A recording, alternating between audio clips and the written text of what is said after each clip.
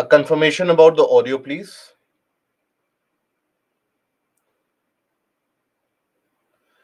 Rohit, about the doubts that you had sent to me about the movement of the cyclones. Here, the key is to understand in the region of the cyclonic center what is the circulation of the wind pattern. That is where we get an anti-clockwise or a clockwise circulation, not to look at it from the poleward direction or to look at it from the equatorward direction. The key to it is to think about it as if you are standing in the center and the eye of the cyclone, and then take a look at the rotation of the wind. Okay. Ashish, how ocean currents affect the fish population in a particular area? For example, wherever you have the cold and the warm ocean currents, they meet. Whenever they will end up meeting with each other, now in those areas, the fish population is always going to be higher, because whenever you will have these cold and warm ocean currents meeting, there you will have an increase in the amount of dissolved oxygen. Now that dissolved oxygen is beneficial for the zooplanktons, and that is also beneficial for the fish population. Okay. In general, you will find that wherever you will have slightly cold currents, there will be slight benefit in terms of fisheries, but the ideal fishing grounds are where the warm and the cold ocean currents they meet. So, hello, a very warm good morning to all of you, and welcome to Baiju's Exam Prep IAS. Welcome to the session of geography, where we shall be proceeding ahead with a portion of coral reefs today, and then we shall be entering into the area of Indian geography. Now, when we talk about coral reefs, now yesterday also we had talked about it, that coral reefs, these are large structures which are constructed or which are basically populated by millions of individual coral polyps. Okay. So when we talk about the individual coral polyps there, now each of these individual coral polyps, they are basically animal. They are animal species. Now they have a very simple body structure where you will find that the corals, they are affixed to the ground of the sea floor, and they have tentacles on top. Now these corals, they basically are able to feed themselves by the help of these tentacles, where you will find a scenario where anything which floats around, any of the organic matter which starts floating around, the corals, with the help of their tentacles, will trap that floating food and the flat floating organic matter, and they will consume it. But obviously, the supply of that floating food is not sufficient on the sea, in the sea floor. So that is where these corals, you will find that they are able to not able to suffice their own individual food demand, and that is where they basically enter into a mutually beneficial relationship with an algae, that is the zooxanthellae. It is that algal population which is beneficial. It is that algal population which makes food with the help of photosynthesis, and that food is utilized by the corals themselves. So here, a coral reef is an underwater ecosystem characterized by reef building corals. Okay, they build large reefs, and they are formed of colonies of coral polyps held together by calcium carbonate.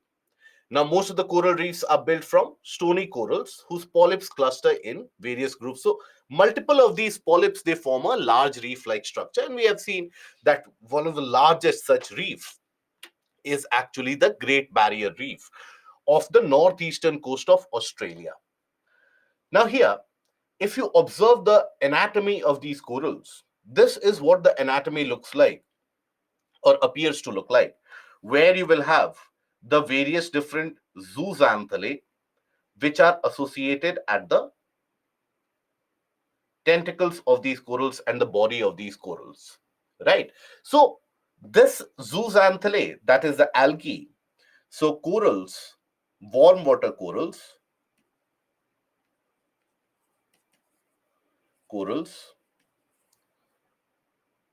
exist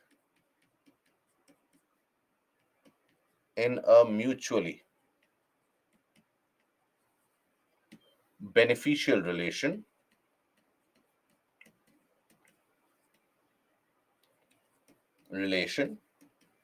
with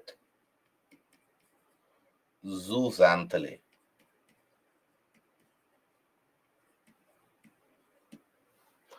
Okay, they enter into a mutually beneficial relationship with the zooxanthellae. Now here, the zooxanthellae manufacture food which is used by the corals, and thereby the corals are able to sustain life around them also. Because understand, when the zooxanthellae manufactures food, it does so with the help of photosynthesis. So zooxanthellae produces food with the help of photosynthesis, carries out photosynthesis. Now corals have the distinct ability to be able to synthesize calcium carbonate which is present in the oceans around them, calcium ions, carbonate ions which are present in the water around them. They are able to synthesize that and build a stony calcium carbonate exoskeleton around them. A very stony and a hard calcium carbonate exoskeleton is built by these corals around them, right? And calcium carbonate typically is whitish in structure, whitish in coloration also. That is why corals which are devoid of zooxanthellae, they appear to be very, very white. Now here, when we talk about the conditions for the warm water corals, why I'm stressing warm water corals is because you also have certain species of cold water corals which exist at the in the colder areas, which exist in, let's suppose, the ocean bottoms. Now not much amount of detailing is known about them. You basically have an idea that cold water corals, they don't enter into the mutually beneficial relationship with the zooxanthellae, and they are able to synthesize their own food by trapping the food which floats around them, and that is sufficient for them. So warm water corals are the ones which dominate the world, which dominate the population of the corals overall. Now the conditions required for growth.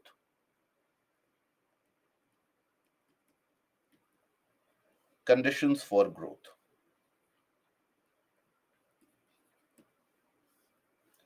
Now here we do know that, for example, if the zooxanthellae wants to carry out photosynthesis, it will require the availability of sunlight. So that is why availability of sunlight is required, is a must, and that can be available only in shallow areas, not in very deep areas. So shallow waters,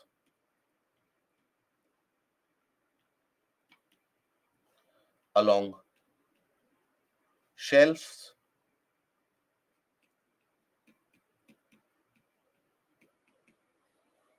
along continental shelves. Okay. Then other than that, you will also find that basically clear saline water, that is the marine water, right? Lack of pollution thereby, and consistent temperature around 24 to 26 degrees Celsius. This is the condition required. That is why wherever the water will be very muddied, for example, at the mouths of the river, there you have significant amount of sediment load which is brought by the rivers. So the water is very muddied. So in those areas, the corals won't be able to grow easily, because muddy water means what? That sunlight and the penetration of sunlight is also restricted in those areas. So there you will have a very limited availability and a very limited penetration of sunlight. So the corals generally will not be growing in the mouth of the rivers, for example, in the region of Sundarbans, etc. You won't find the population of corals. Having said that, when we talk about these corals, now, these have a varying lifespan. Some of them can live for around hundreds of years, right? Few of them are known to be living for hundreds of years. But nonetheless, whatever is the life cycle for these corals, when they die, they leave behind that stony calcium carbonate exoskeleton behind them. Okay? They leave that hardened calcium carbonate exoskeleton behind them. And then that calcium carbonate exoskeleton is used by the next generation of corals to grow. So as you can see, the previous generation would have left this, the new generation utilized this to grow. Then the new generation would have then again left this. They would also have synthesized calcium carbonate. And then after that, they would have left that behind when they would have died.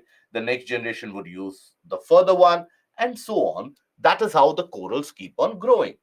So, for example, here, when we talk about, let's suppose, the sea surface or the oceanic water, let's suppose we talk about the oceanic water. Now you will find, let's suppose the corals are growing here. Now, after they have died, they will leave behind the calcium carbonate exoskeleton. So the next batch of corals will grow here. The next generation of corals will grow here. After they would have died, again, the next generation of corals would grow here. Isn't it?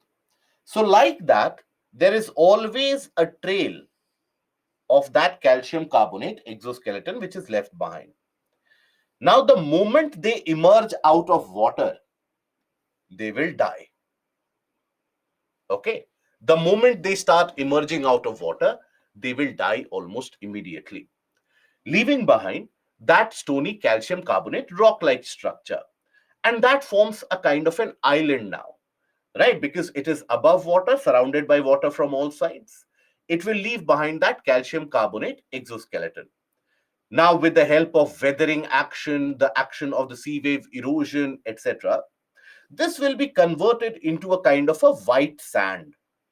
Okay, the whitish sand-like result will be something which will be experienced. Now, archipelagos is a name referred to a group of islands. That's it. So when we talk about these, so basically these particular island-like formations will have white sand formations because calcium carbonate is disintegrated and is weathered, and calcium carbonate being whitish in structure, the sand formed is also significantly white. Now, over a period of time, maybe the birds flying over a large distance, they start taking shelter, they start taking a break over these islands. The birds, we do know that they migrate over very large distances, oftentimes for thousands of kilometers. They do migrate from one place to another. So they take a break over these particular regions.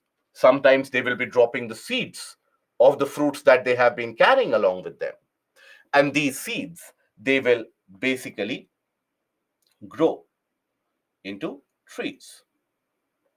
Okay. And you will have the growth of trees in these islands. You will observe a kind of a growth of trees in these islands.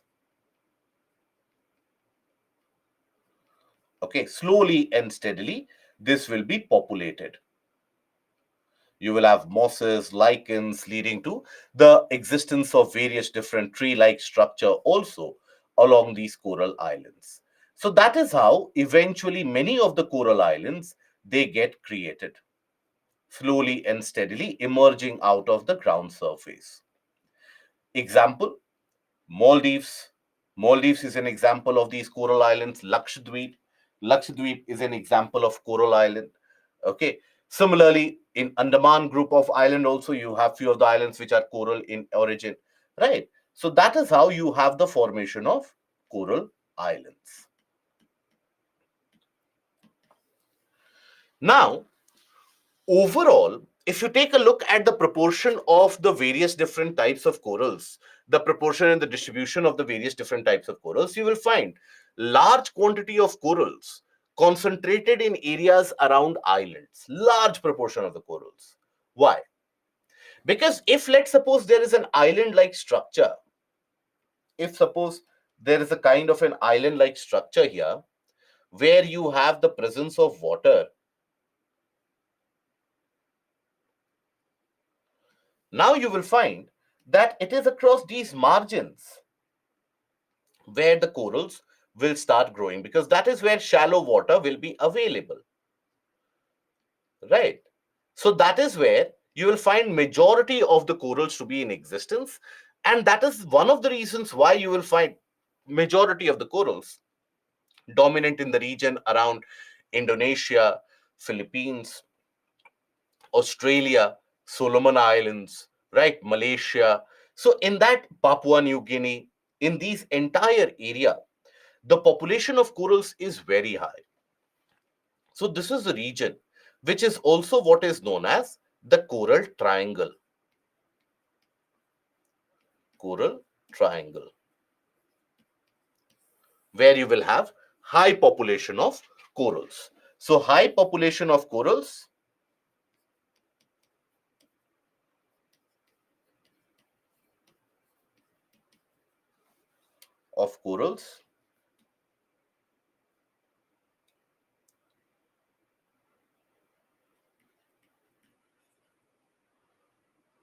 in the region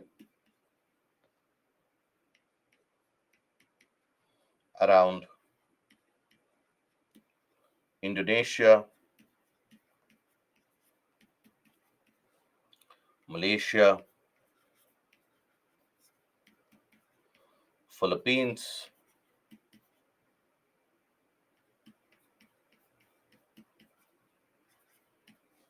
Solomon Islands,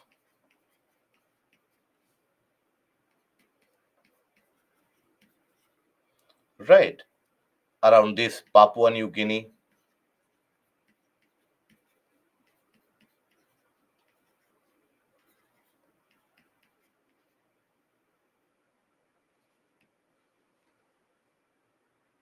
So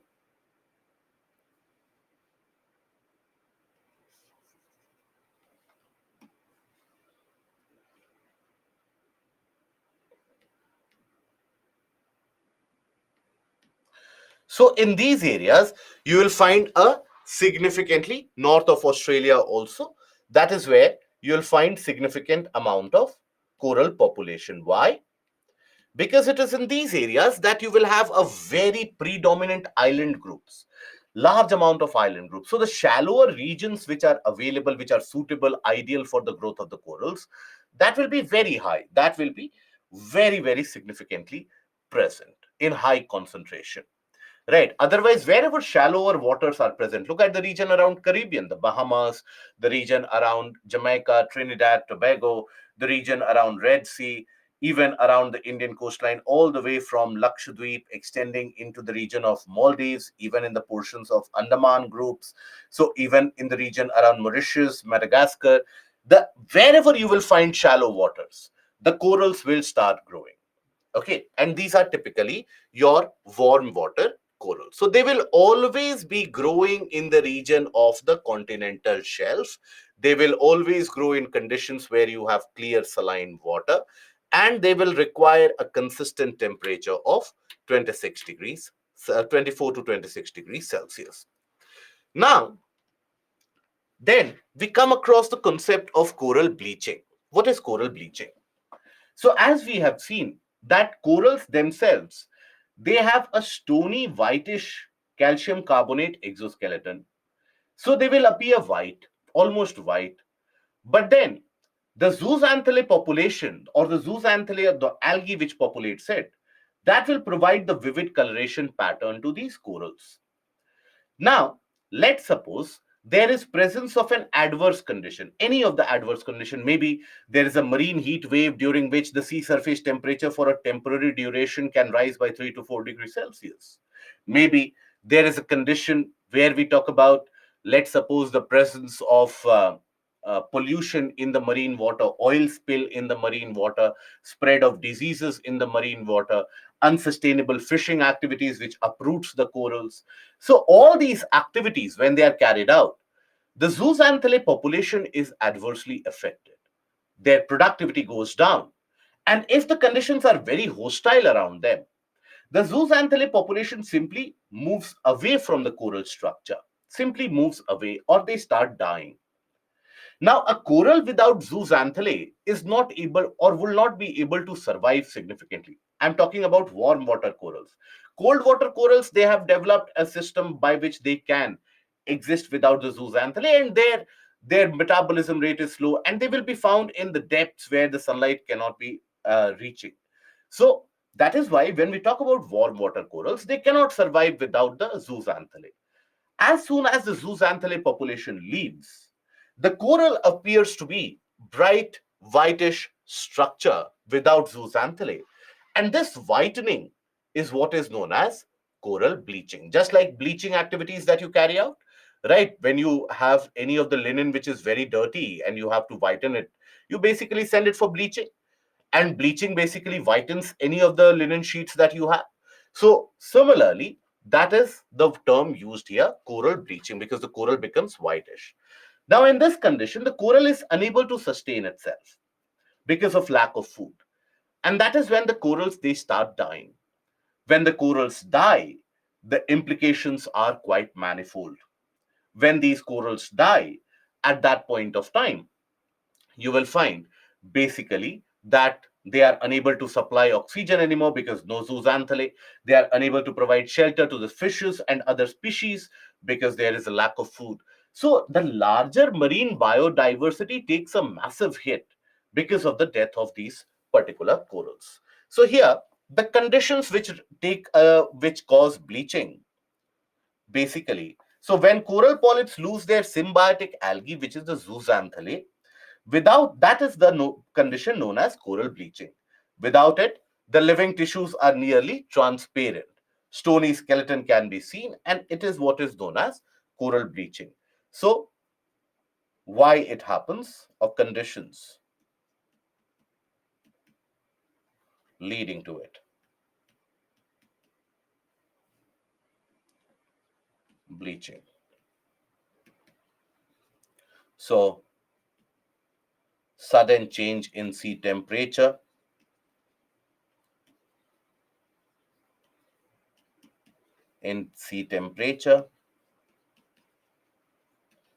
then after that, pollution. Pollution can be of different types. For example, oil spills that are carried across the marine areas by the larger tankers and ships and vessels.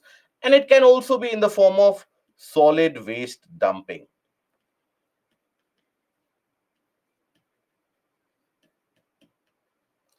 And when we say solid waste dumping, suppose plastic pollution, other types of waste that you simply dump in the coastal areas, they also end up getting trapped in these corals, and due to which the zooxanthellae population does not get adequate sunlight, or maybe it gets impacted and the zooxanthellae population starts leaving.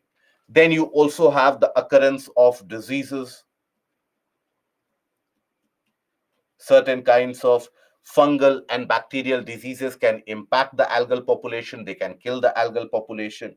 And then you will also have unsustainable fishing, unsustainable tourism, fishing activities like bottom trawling.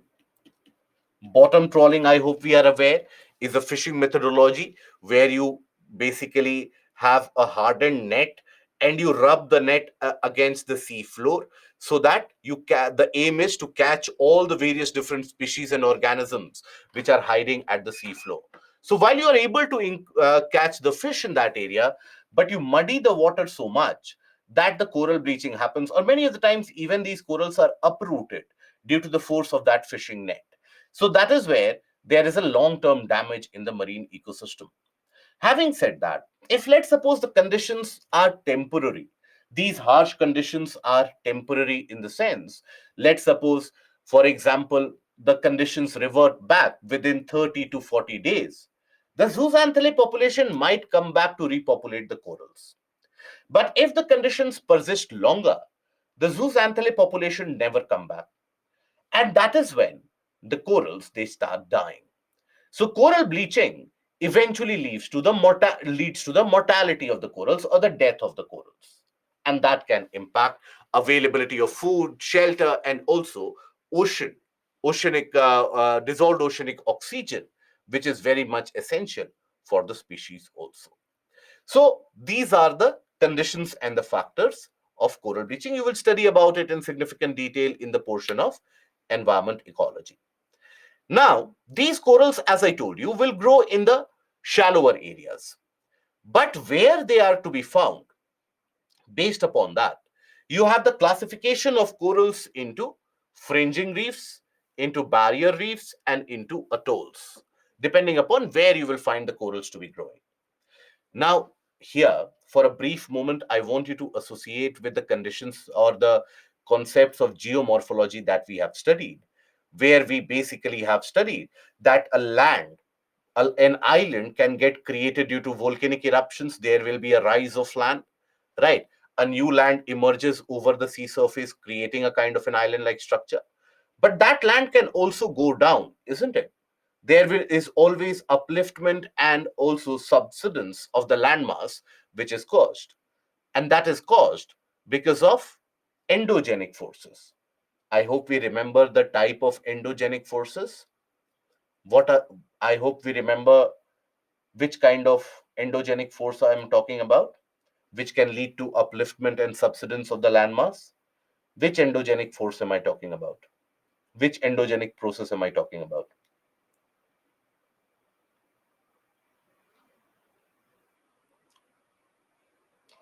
Good, Satyam. Very good. It is diastrophic. Diastrophic processes.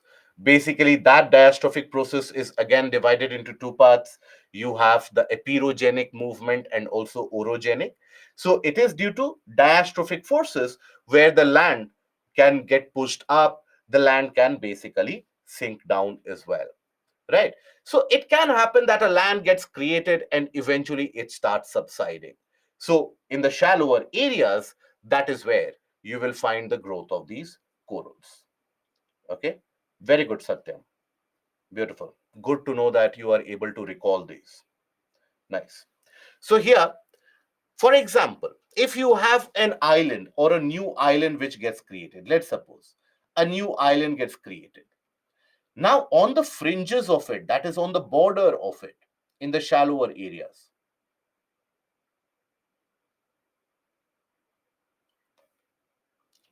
Now, when there is growth of corals in these shallower areas, in these regions, that is on the fringes of the land surface. So, this is what is your fringing reef. Okay. But let's suppose the central landmass starts sinking. It undergoes subsidence. So, as the central landmass undergoes subsidence, these corals will be left where they are. And that is when they form a kind of a barrier like structure all around. They form a kind of a barrier like structure all around. Now, that is what is a barrier reef. In between, you will have a small water body which is created. So, right, many of the times, small seas also get created in this region. And eventually, let's suppose the entire landmass sinks. It will leave behind an island of corals, right? An island of coral origin, and that is what is referred to as an atoll. Okay, so these atolls, they can be of various shapes and sizes depending upon where they get created. So when we talk about fringing reefs, so they are basically formed along the coastline of the continents or islands where you have shallower waters, and their surface is connected with the coast and rises up to the low tide water level. It cannot rise beyond the low tide water level, because if it rises above water, the coral will immediately die. Okay, now please don't think too much like but if we can live in air or in the availability of air and oxygen, how special are the corals that they cannot survive there? They are marine species, so as soon as they emerge above water, they will die. So that is why this is the structure of the corals that you will find. Observe here.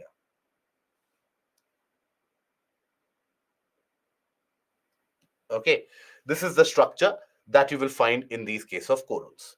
Now, if the central structure starts sinking, then these corals which have developed a foundation till that point of time, these corals will be able to sustain themselves as the central portion starts to sink.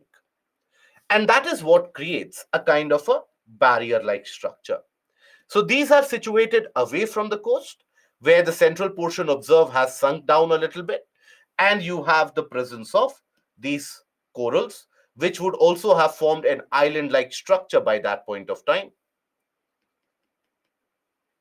Sometimes they form that island like structure, but not always.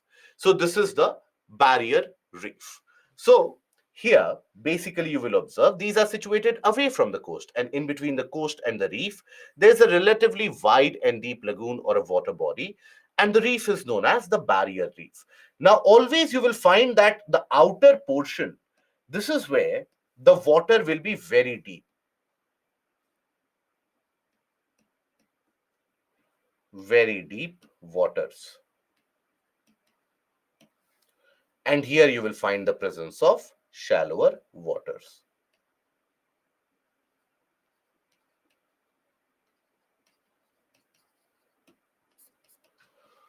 Okay, so that is always the case, that you will find in these areas the presence of shallower waters, and on the edge of it, you will find the deeper waters. Now, if the central portion also sinks, then what happens? It will simply leave behind the corals, nothing else. And that is what the structure will appear to look like. And observe the coloration of the water. That in itself tells you that in this portion, the water will be very, very deep. In this portion, the water will be very deep. And here, the water will be very, very shallow. Isn't it? Because here, there would have been a landmass at one point of time, which has simply sunk, which has simply undergone subsidence and submergence, obviously due to the diastrophic processes. So atolls are the most common type of coral reefs and are roughly circular or horseshoe shape in structure, with a steep outer slope leading to deep water and a lagoon in the center. That is why here in the region of these atolls, now you'll find many of these atolls in the region of the Pacific, for example, in the region of South Pacific, where you have the Polynesia. In those areas, you'll find many of these atoll-like structures. Similar is the case with the Indian Ocean also, where you will find these atoll-like structures in Lakshadweep also. You'll find these atoll-like structures in Maldives also. Now, these atolls need not necessarily be circular. These can be of various different shapes. These can be straight or linear also, because the subsidence of land does not always happen in a circular pattern. You might have a large landmass like this undergoing sinking. So on the edge of it, whatever corals were there, they would be left behind, right? So that is basically the case of atolls. Now, this is also the reason why in many of these areas, such as Mauritius, Maldives, Seychelles, and almost all the coral islands that you see around, you'll find the water to be of a bright turquoise blue in this region. And that is because this is the base of the corals. The corals might have died in this region, but this is a kind of a base, and this is where you will find calcium carbonate. So, calcium carbonate structure, which are whitish, that helps reflect light so significantly that here the seawater appears to be turquoise blue. It is not because water is very clean here and is very dirty here. No, it is because here the base will reflect sunlight. That is why in those areas that we have talked about, all these islands, Maldives, Mauritius, etc., when you take a look at the images of those regions, you will always find the water to be a kind of a brightish turquoise blue in coloration. Okay. Now, here, when we talk about the entire formation of an atoll, basically, you will find that it is a kind of a recirculation from the creation of a new landmass to the subsidence and the submergence of the landmass. It is a circulation. So, how is it that a fringing reef can lead to an atoll formation? Observe here. First of all, a new island can get created by volcanic processes. Volcanic events can lead to the formation of a new island in the oceans. Now, there on the fringes of it, you will have the reef structure, that is the fringing reef, which starts growing, okay, all around it. Now, meanwhile, over a period of hundreds and thousands of years or millions of years, if this island starts sinking, then what happens? There will be water which enters the middle portion, right? The island will sink. There will be water present in the middle. The island will, and this is a kind of a barrier reef like structure. If the islands further sink, you will only find the existence of these islands and water in between, nothing else. So, that is how a fringing reef can lead to a formation of atolls if there is subsidence of the landmass, and that subsidence and upliftment of the landmass is controlled by the endogenic processes playing out inside the planet Earth. Okay, now wherever you have the presence of corals, that is very, very vital for the marine ecosystem, first of all. And we have discussed why. We have discussed why the corals are also referred to as the tropical rainforest system of the marine world. So these are the areas of utmost biodiversical importance. Now, in these areas, we also will have large amount of fish population, right? Because availability of food is high, large amount of fish population, so good for fisheries. And almost in every area where the corals are there, there is a potential for ecotourism. Many areas have exploited that, but many areas have basically not even exploited that. But you will have large amount of ecotourism potential. Now, that tourism will benefit the local population. So that is where you will find that an estimated 500 million people, 50 crore people across the world, they earn their livelihood from the fishing stocks and the tourism opportunities provided by these coral reefs. The algae found in the reefs also replenish the amount of dissolved oxygen, provide food for the various different species around. And reefs also, many of these reefs, they have been found to have certain chemicals and properties which also offer hope for creation of new drugs, new medicines, okay, which can cure various different diseases.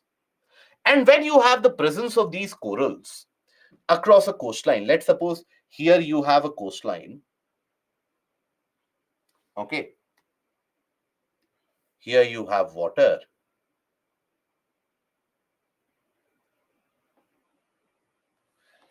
Let's suppose here you have the coastline. Here you have the growth of the corals. Now, in these areas, if there is, let's suppose, a storm surge or a tsunami or any kind of a wave action, excessive amount of violent and turbulent water, this coral will act as a barrier. This acts as a barrier,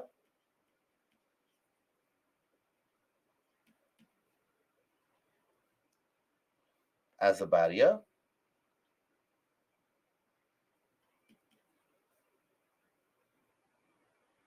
which breaks the larger waves.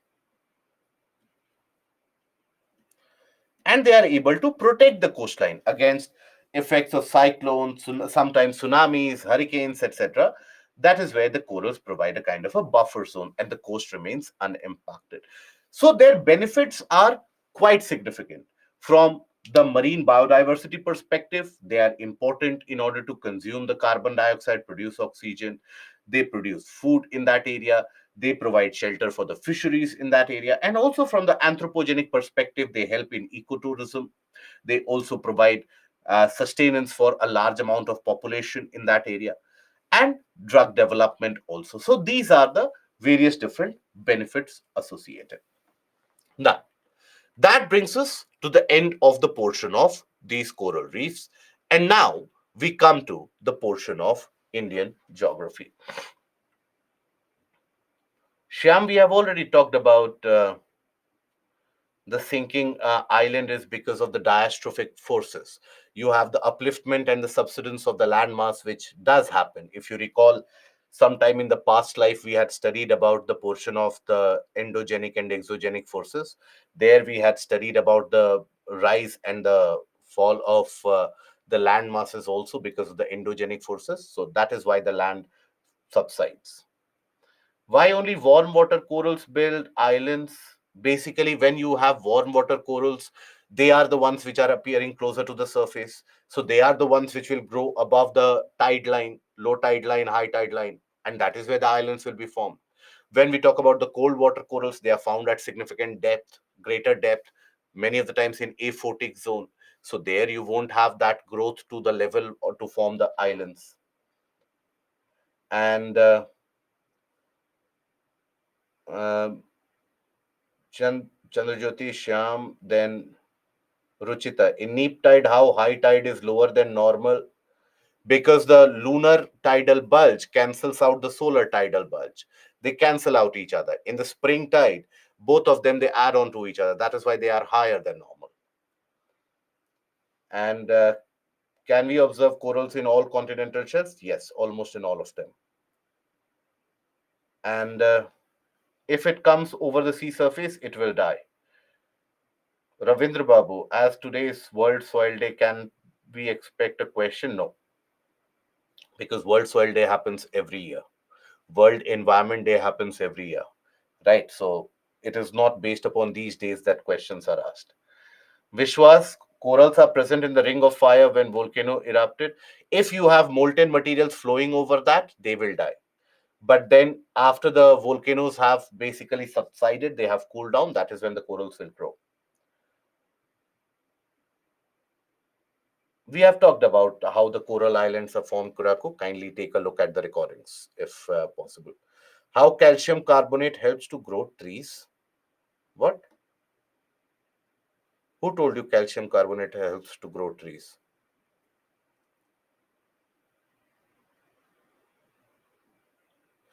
See, many of you have joined the session late. Okay, by that point of time we have already covered the portion of how the corals they rise above water, how the coral islands are formed, why there will be island formation, why there will be the growth of the trees. Understand, if you have the calcium carbonate rocky structure which has formed an island over a period of time due to weathering and erosion, that calcium carbonate rock like structure will be converted into whitish soil and whitish sand. On that you will have the growth of trees many of the times, because let's suppose the birds they drop a seed in that area, or the birds they take shelter in that area. That is how they go for the ecological succession. And ziba around 45 to 60 days. Udesh, is the algae associated with the coral reefs the same as that in bioluminescence? No, that is basically phytoplanktons and zooplanktons which have bioluminescence. Major threat to the coral ecosystem, we have talked about the conditions which lead to bleaching there. That is a threat to the coral ecosystem. Now we come to the portion of the Indian geography. In the portion of Indian geography, we have covered the area around the portion of Indian climate and Indian monsoon, which is the most one of the most important. Other than that, we are going to cover in this portion Indian physiography,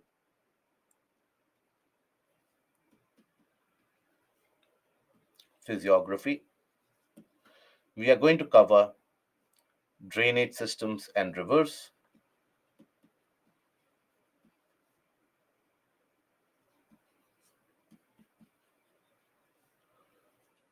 of India. Then we are going to cover soil and forests. That comes under the part of the biogeography. Many of you are concerned that when we'll cover biogeography, this is the portion in biogeography. Then we'll cover the portion of agriculture, minerals and industries.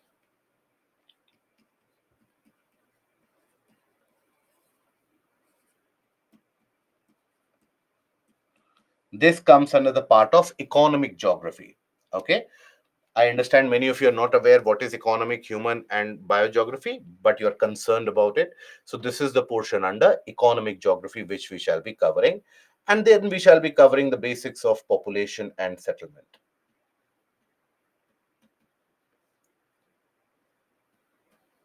That is the portion of human geography. Okay. So, these are the areas that we will be covering under the purview of Indian geography. Now, it is from here that many of the questions will be asked both in the prelims and the mains examination also. But many of those questions will have a connotation of current affairs. Many of those questions will be dependent, few of the questions will be dependent on current affairs, and rest of them will be very generalistic in nature. For example, when we talk about the urban settlement or urban areas, what are the problems faced by the urban areas? Pollution, congestion, growth of slums, poor hygiene, poor economic condition. These kind of questions are generally asked, for which I don't recommend that you pick up various different types of books and you start rectifying that. Okay, so that is basically what you will be covering in that. Now, when we talk about, we will start with the portion of India, its location and physiographic divisions. Now, in this, we are going to cover the perspectives of the various different physiographic divisions of India. We are going to cover their basic features. The formation of Himalayas we have already done earlier. So formation of Himalayas, if there is a doubt, you can kindly look at the recordings of module 3, where we have talked about the various different phases for the formation of the Himalayas, the stages of the formation of multiple parallel ranges. We have talked about there. But the other areas, for example, the Peninsular Plateau, the islands that we have, the Thar Desert, the northern plains, we'll take a look at the formation of those as well. And for the examination, I would recommend to you that here you get, sometimes you get a kind of a question for mapping in the prelims, where, for those who are not aware, you don't have a map which is provided in the prelims or in the mains examination. In the prelims, you can have a question about the location of the physiographic division, that where these physiographic divisions are located. So that is basically where you will find the presence, or that is the relevance of this. Now, here in the mains examination, you can have certain questions being asked. For example, why is it that you have greater amount of landslides in the region of Himalayas as compared to Western Ghats? So those kind of basic questions can always be asked from this particular area. Okay. Now, first of all, when we talk about Indian geography, now it is for this particular portion that UPSC wants you to study the world.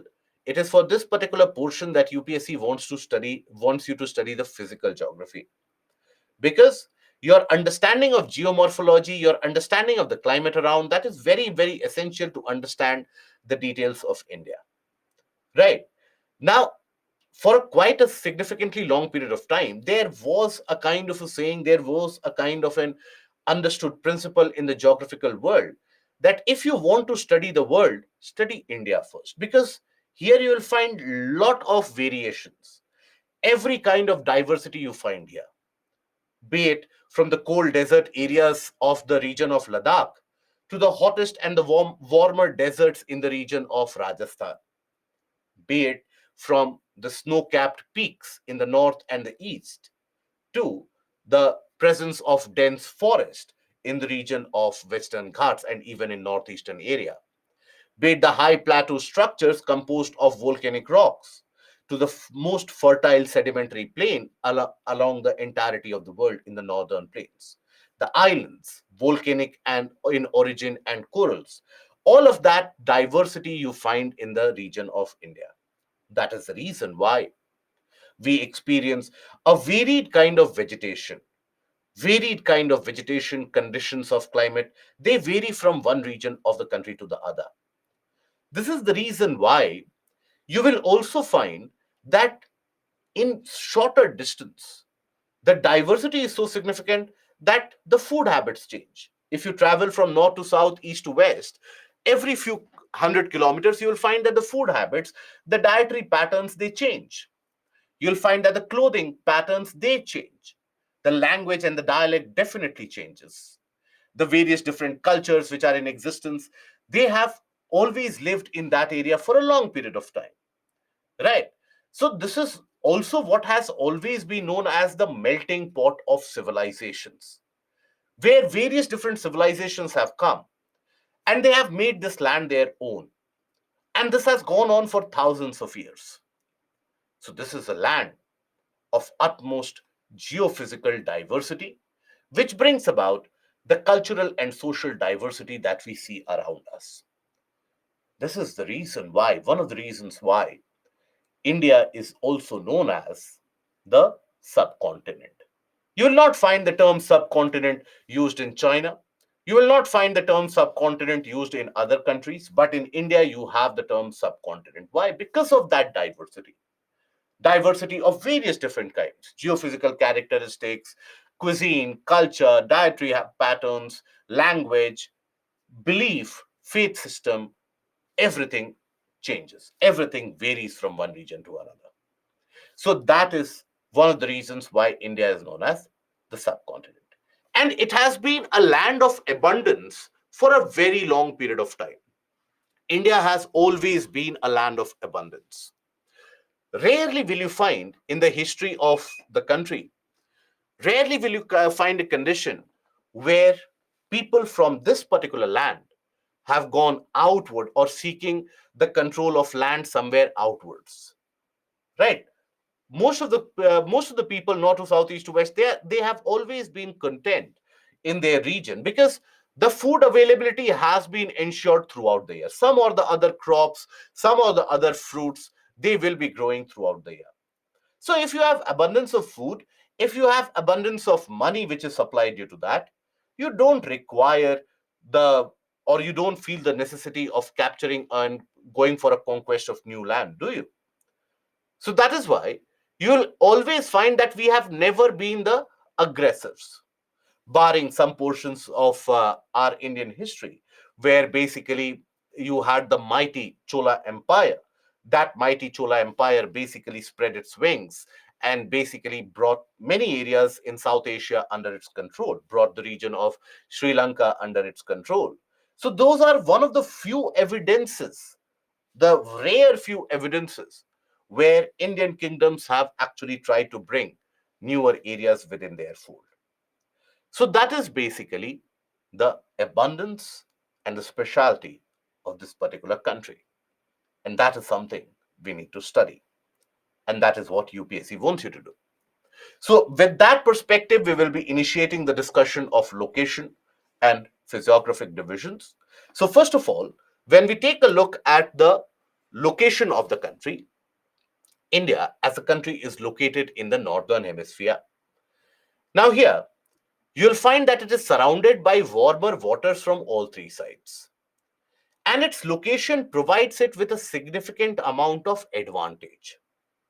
You have various different geostrategists from Alfred Mahan, who basically said, whosoever controls the oceans controls the world, right?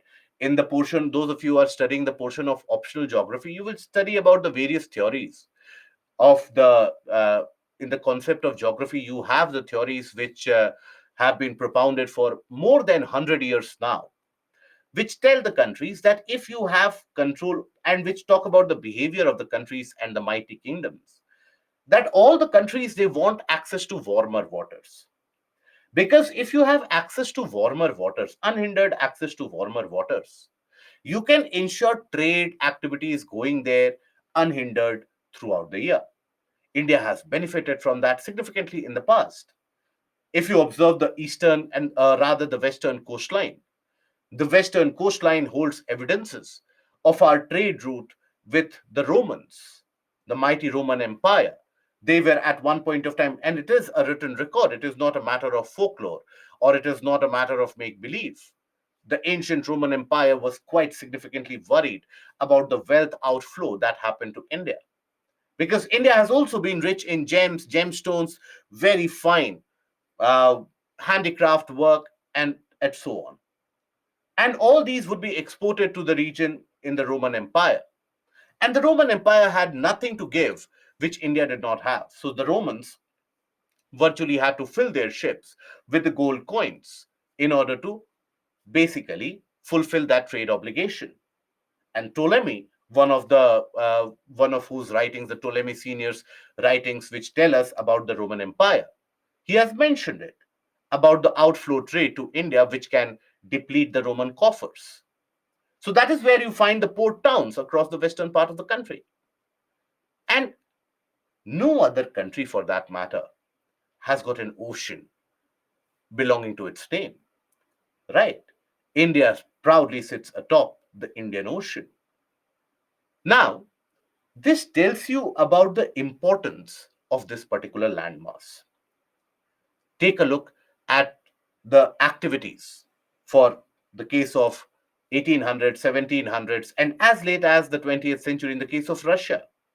Russia basically wanted to expand its kingdom up till the Arabian Sea so that it could have access to warmer waters. China presently is trying tooth and nail and has built a kind of a China Pakistan economic corridor in order to have the access to the warmer waters. So, the access to warmer waters has always been an important factor for the growth of the various countries.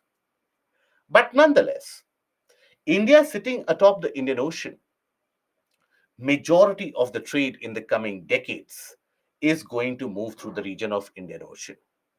When we talk about trade, anyways, we do know that 90% of the trade by volume, 90% of the global trade by volume happens through maritime route.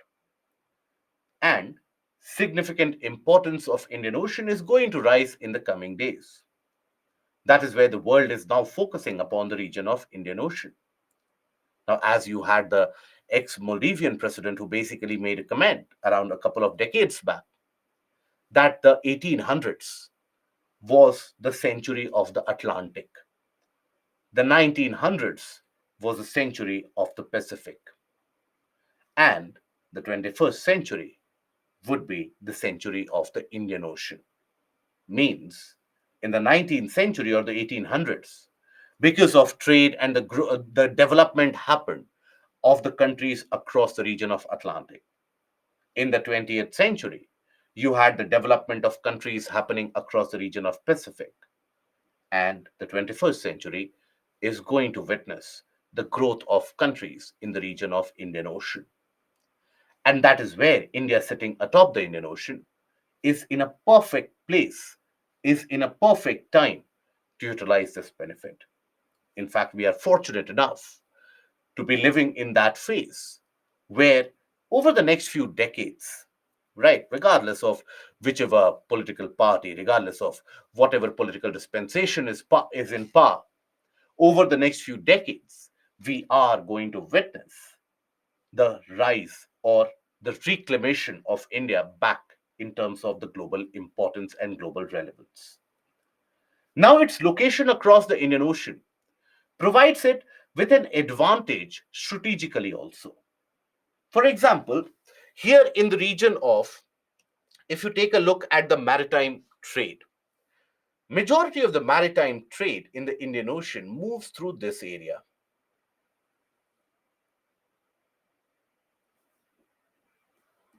Majority of that maritime trade moves through this region, right? Moves into the region of Malacca Strait and then carries out further. Now, think about it. Nicobar Islands, the Great Nicobar Islands. Now, the southernmost tip of it, that is the Indira Point, that is only a few hundred kilometers away from the coastline of Indonesia, and which leads to the Malacca Strait, from where all the Chinese trade goes on. Majority of the Chinese trade, the oil trade, etc., goes on from that area. So this lends India with a very vital strategic relevance and strategic importance. The fact of the matter is that if push comes to shove, India can impose a naval blockade here. If Indian Navy imposes a blockade, which we have the capacity and the potential to do so, the Chinese trade economy can come to a grinding halt. And because in China, almost all the trading centers, almost all the developed cities are situated where?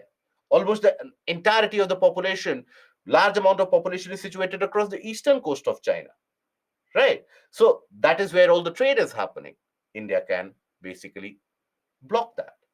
These are what are known as the choke points, where you can choke the enemy nation or your adversary. Okay. And most of you would be aware of the fact that during the 1999 Kargil war with Pakistan, as the war was getting prolonged beyond a certain calculation or estimation of the Indian forces, the Indian Navy was very much in tune and on the verge of blocking the region of Pakistan, a maritime blocking, because we have the capacity and we have the location to do that. If we would have imposed a naval blockade, which we were only a few days away from that, That would have meant any of the traffic moving to the region of Pakistan would not have carried so, would not have been allowed to do so without the permission of the Indian Navy. So think about it. The entire economy in Pakistan could come to a grinding halt almost immediately. So we have that power of bargain. We can impose a bargain. Now, this provides economic benefits also. When you have a large coastline, when you have a large area, for example, in Indian Ocean, where you can sometimes you have the allocation of the Indian Ocean, some area of Indian Ocean for mining purposes also. So you can have economic benefits associated, fisheries, minerals from the oceans, they can be extracted easily. But there is also a greater sense of responsibility. And that responsibility comes in the form of India securing the region of Indian Ocean. Indian Navy has always looked at itself as the net security provider in the region of the Indian Ocean. That is, any issues requiring security, any issues requiring attention, India would be the first responder. That is where from Gulf of Aden to Malacca Strait, that is the ambit that Indian Navy views for itself in the future. Indian Navy does not any longer want to be restricted across the coastline. It wants to spread over in that area. So that is something which you find as a common factor. Now, not only that, but even the HADR, right? For example, humanitarian and disaster relief operations when you have, for example, if you have a cyclone in the region of Mauritius or in the region of Maldives, Indian Navy and India is amongst the first responders. We share a cultural connect with many of these regions around the Indian Ocean. We share a humanitarian connect with many of the regions or many of the nations in the region of Indian Ocean. And Indian Ocean helps us connect with them, helps us be in contact with them. And that is the benefit of the location. But not only this, even the land location is quite advantageous. Here, we share boundaries with various different nations. But let's suppose a country like Bhutan, a country like Nepal, if they want to carry out international trade, they will have to use Indian port cities. China is building infrastructure right up till the region of Nepal and Bhutan, but still, carrying trade from the Chinese ports will always be costlier for them. Indian port cities around Kolkata, and even for that matter, Bangladesh port cities, that will be a cheaper option. So, this is the advantage that India holds owing to its location, owing to its present position. That is what puts India in the ideal condition to utilize the benefits in the coming century, in the coming few decades. Okay. Now, why I ask you, why I have told you this? Because again, there is always in a few years, UPSC, in a couple of years, it repeats that question. This year, again, it had asked that question, but in the optional portion, it has asked this question previously in essay also, in the GS1 also. What are the advantages that India has due to its location? Why is India known as a subcontinent? These kind of questions, they are frequently asked by UPSC, and you should be well aware and well, in a way, armed in order to tackle these kinds of questions, right?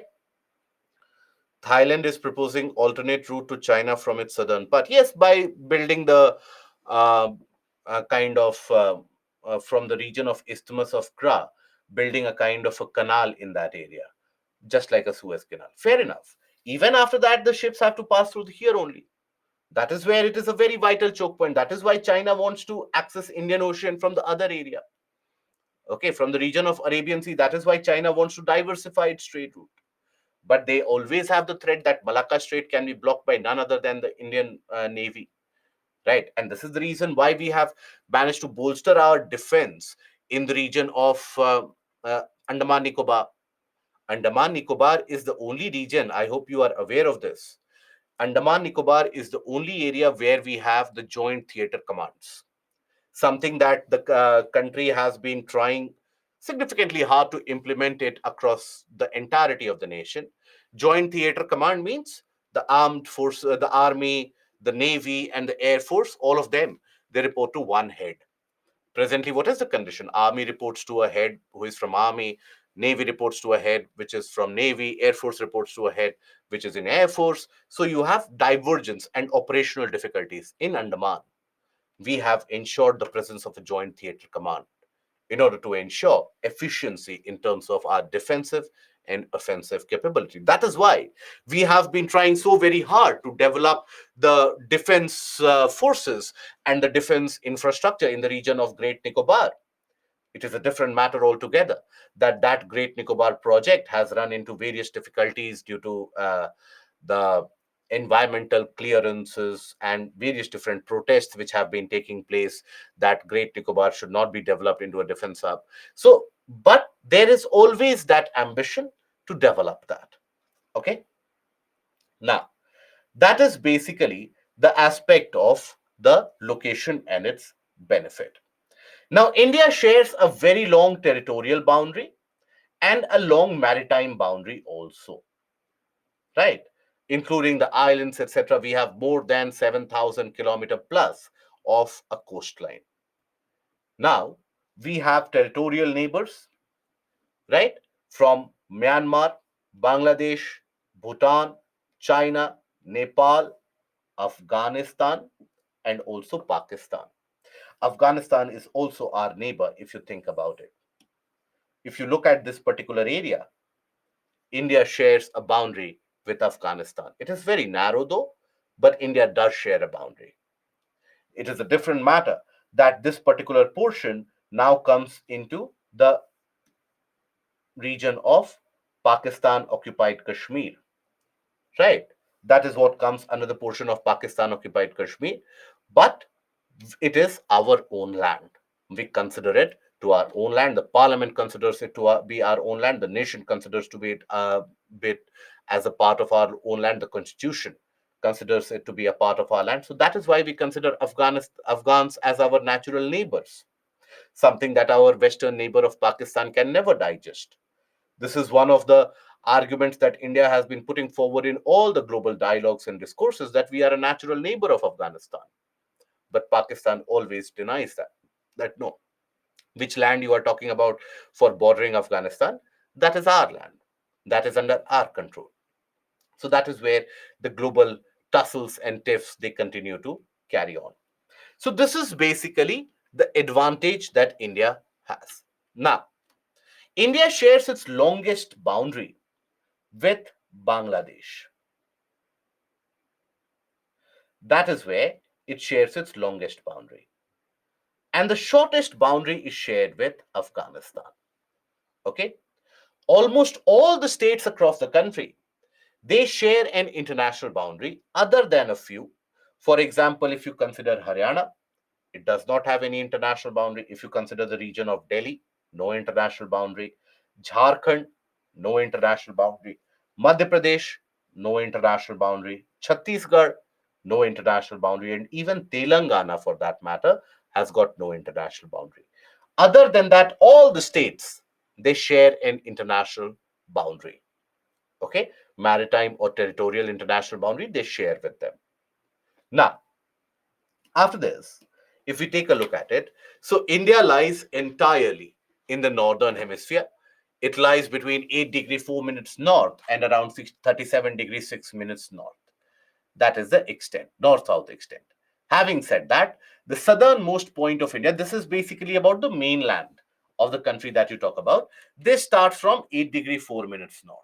However, the southernmost point is Indira Point, which in the region of Great Nicobar, which is at 6 degree 45 minutes north latitude above equator. Now, the east-west extent is from 68 degree 7 minutes east to 97 degree 25 minutes east. So the north-south and east-to-west extent is almost same. Okay, that is almost similar. Tropic of Cancer divides the country into almost two parts. Now here, when we talk about Tropic of Cancer, you need to be aware of the states through which the Tropic of Cancer passes. That is important for you to understand that these are the states, or which are the states through which you have the presence of Tropic of Cancer. So the states through which it passes through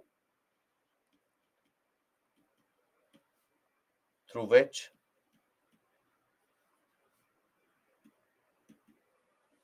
Tropic of Cancer passes.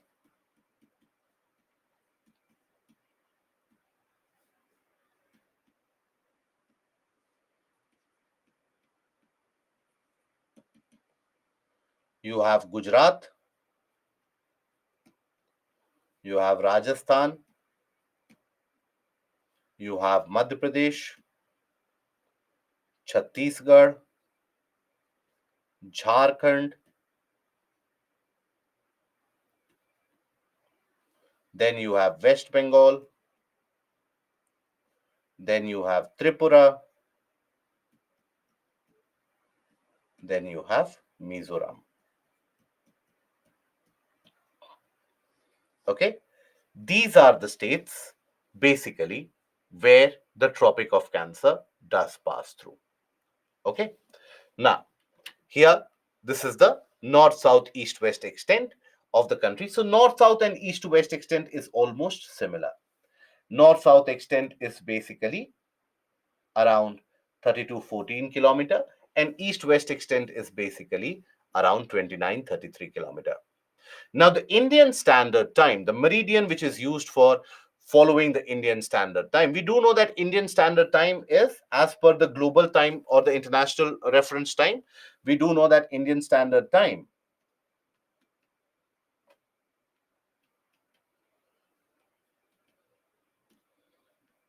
that is GMT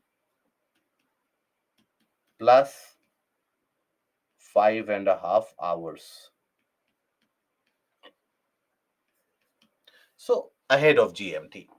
Now that Indian Standard Time is observed based upon the standard meridian. 82 degree 30 minutes east is considered to be the standard meridian.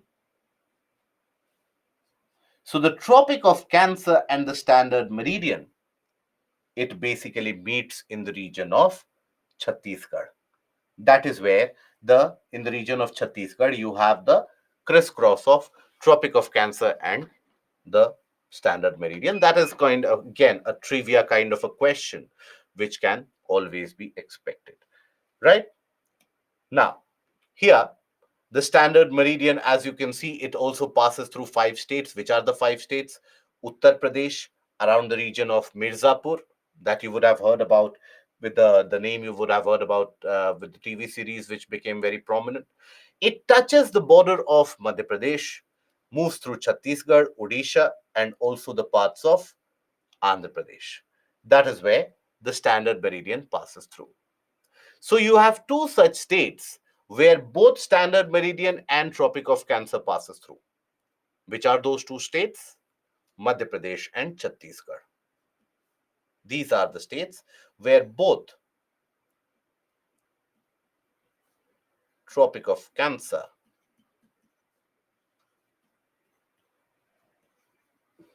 and standard meridian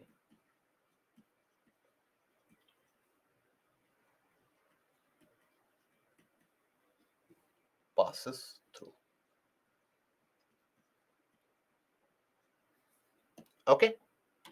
Now, India shares its land boundary with Myanmar, China, Bhutan, Nepal, Afghanistan, Pakistan, and Bangladesh, with the longest border with Bangladesh close to around 4,096, or around roughly 4,100 kilometers with Bangladesh. Now, from our childhood days, the thing is that our mind has been systematically programmed in such a way. When we think about India's border, we only think about the border with Pakistan. We think that is the only border. The rest of them, they are simply lines, right? So that is why majority of the candidates I have seen, that when a question is asked with which country India shares its longest border, either they will mark China or they will end up marking Pakistan. But that is not the case. Bangladesh shares the longest border with India, and the shortest is with Afghanistan. Sri Lanka and Maldives are the two island countries which are our maritime neighbors. Now, India basically shares the border with Afghanistan in this area, where if you take a look at the map of Afghanistan, it appears, observe this area.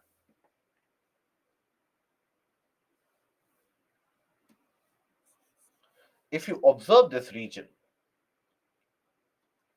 it appears to be a kind of a panhandle. The pan that you use for cooking purposes, right? The pans that you use in kitchen. So it appears like a panhandle. So that panhandle shape of a land that India shares its border with, that is what is also referred to as the Wakhan corridor.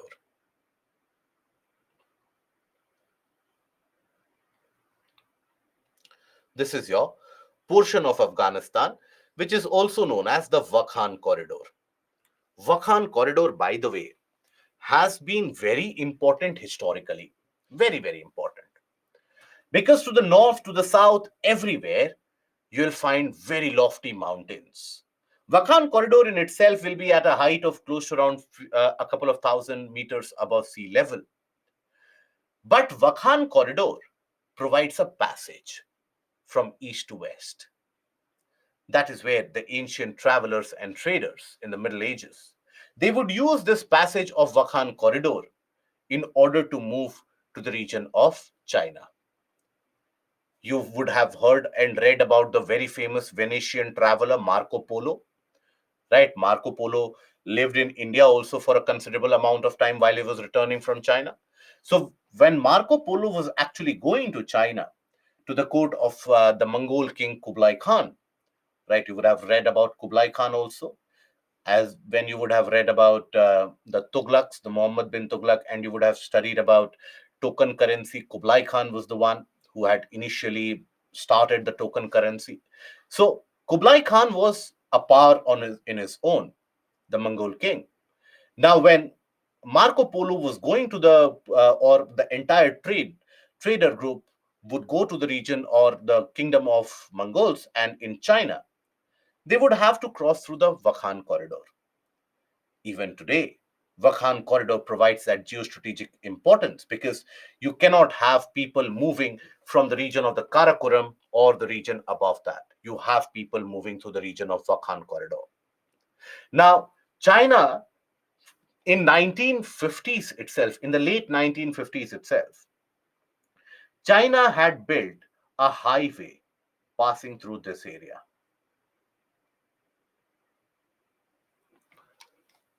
Right, connecting the Xinjiang region of China with Pakistan. A highway had been constructed as early as the 1950s, late 1950s, through the region of Karakoram Pass. Now, lately, what India has done for the past 15 years or so, slowly and steadily, India has put pressure, not directly, but indirectly, on this corridor, on this highway. How? India has not built a direct fencing around it or a kind of a border outpost around it. But very close to it, in this region, India has activated the highest functional airfield in the world, and that is the DBO sector, the Daulat Beg Oldie. Right? You would have seen those videos which emerged almost a decade back now, where you had the large lift aircraft for the Indian Air Force landing in these areas of Daulat Beg Oldie. Daulat Beg Oldie airfield is only around 8 kilometers from this Chinese highway, China Pakistan highway.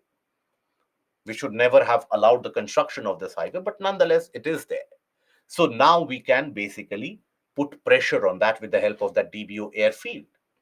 And then India basically, in the past almost decade, India has built the infrastructure in order to connect DBO with the rest of Ladakh and the rest of the country also. It is one of these reasons, as is said, to be the plausible causes why in the uh, in the time of 2020, in the summers of 2020, China carried out an unprovoked aggression from the eastern sector, and that is where we observe the sad incident of Galwan unfolding in front of us.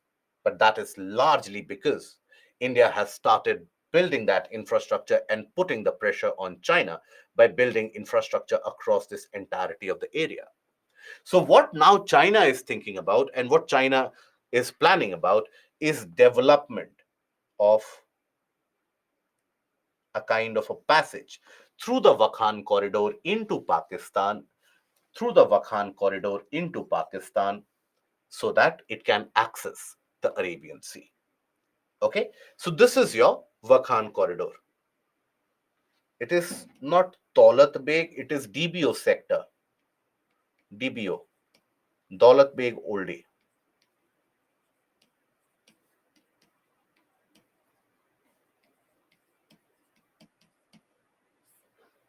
That is the northernmost airfield that India operates in India. India has also operations of air force in other countries. We have our air force base in one other country. Are we aware of that? Which other country we have an air force base in? Are we aware of that? Where? Sri Lanka? No. Yes, funny. Good. It is to the north of India. Just I will give you that hint. It is not.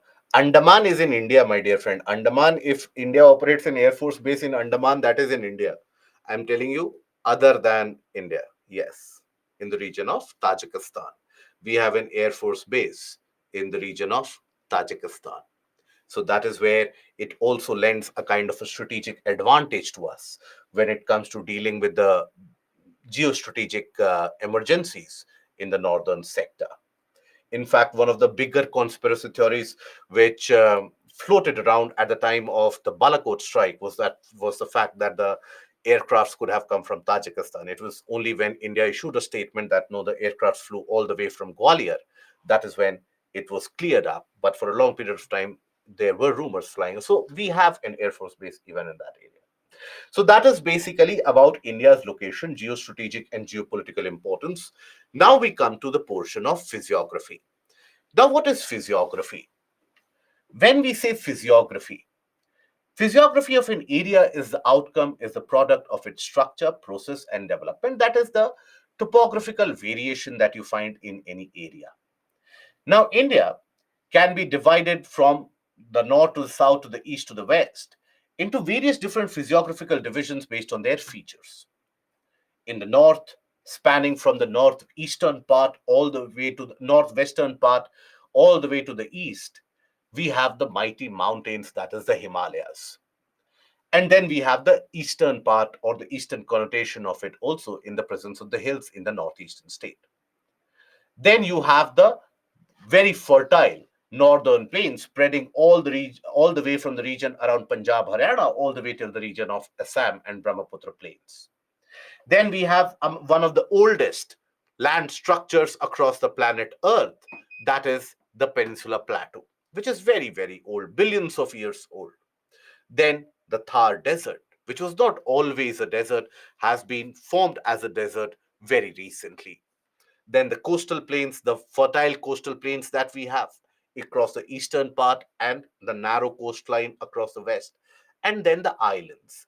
These are basically the different physiographic divisions that India has. We have already looked into the formation of the Himalayas, the entire process of upliftment of the Tethys and the fold of the landmass that has happened. So we'll not be taking a look into the formation of the Himalayas as per that, but the rest of the portion, we will be taking a look at the process of formation also. So let me clarify here. At any point of time, when we talk about, let's suppose, the concepts of the formation of the Peninsula Plateau, where I will be talking about how individual land masses they got together to form the larger plateau. At any point of time, if you feel uncomfortable with that, please don't torture yourself that I have to understand it, because UPSC is not going to ask you about the formation of Peninsula Plateau. But if you know the process of formation, automatically you will be able to understand many of the various issues. For example, why is it that You will find red and yellow soil in the region of Jharkhand, Chhattisgarh, in the region of parts of Madhya Pradesh, in the region of Odisha, Karnataka. Why is it that black soil is found in the region of Deccan Traps, in the region of the Malwa Plateau? Why is it that mineral deposits are only concentrated in the region of Jharkhand, Chhattisgarh, Odisha, parts of Madhya Pradesh, Aravalis, Bundelkhand, and Karnataka? Why you don't have the mineral presence in the region of the northern plains and so on? So these factors of economic geography and biogeography is easily understood if you know about the formation. But having said that, UPSC is not going to ask you a direct question about the formation of it. Okay. Now, we start first of all with the Himalayas, the Himalayan landscape. Now, when we talk about the Himalayas, Himalayas have been created as a result of the folding process, where you have had a continental convergence taking place. Right? Now, the Indian plate moved northwards ever since the breakdown of the Gondwana land. Indian plate has moved northwards and has collided with the Himalayan landmass. Now, it was in that collision that the folding happened. Initially, the collision happened across the western part, northwestern part. That is where the collision and the folding was initiated. But as the landmass was moving and there was an obstruction here, then the landmass swiveled like this. If you can look at it, as the landmass was coming, as it underwent a collision, then it swiveled like this. And that is when across the eastern portion also, you had convergence and formation of fold mountain systems. Now, these Himalayas, when we talk about a Himalayan range, we are talking about three mountain ranges which move parallel to each other through and through, right? So, the Himalayan range consists of three ranges.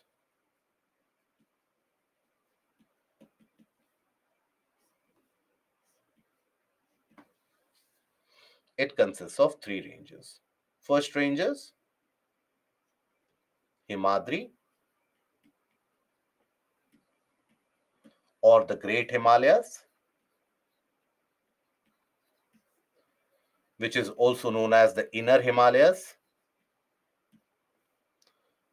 Then you have Himachal, which was formed later. That is what is the Middle Himalayas. And the one which was formed the latest, that is the Shivaliks.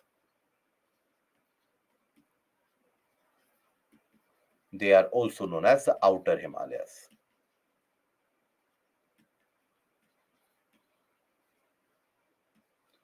So these are the three ranges which move parallel to each other. Now, to the north of it, to the north of the Great Himalayas or the Himadri, you also have other ranges which are not considered to be a part of these Himalayan ranges because they are not parallel through and through, right? They are discontinuous and they have basically different alignment and orientation also. So those ranges are referred to as in the category of trans Himalayas, beyond the Himalayas. Okay, so when you consider the region of trans Himalayas,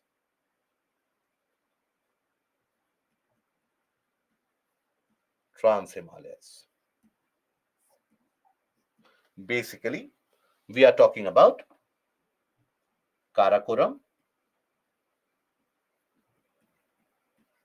ranges, Ladakh range,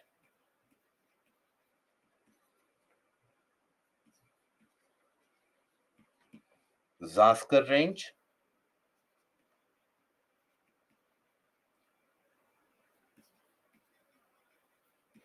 and also Kailash ranges.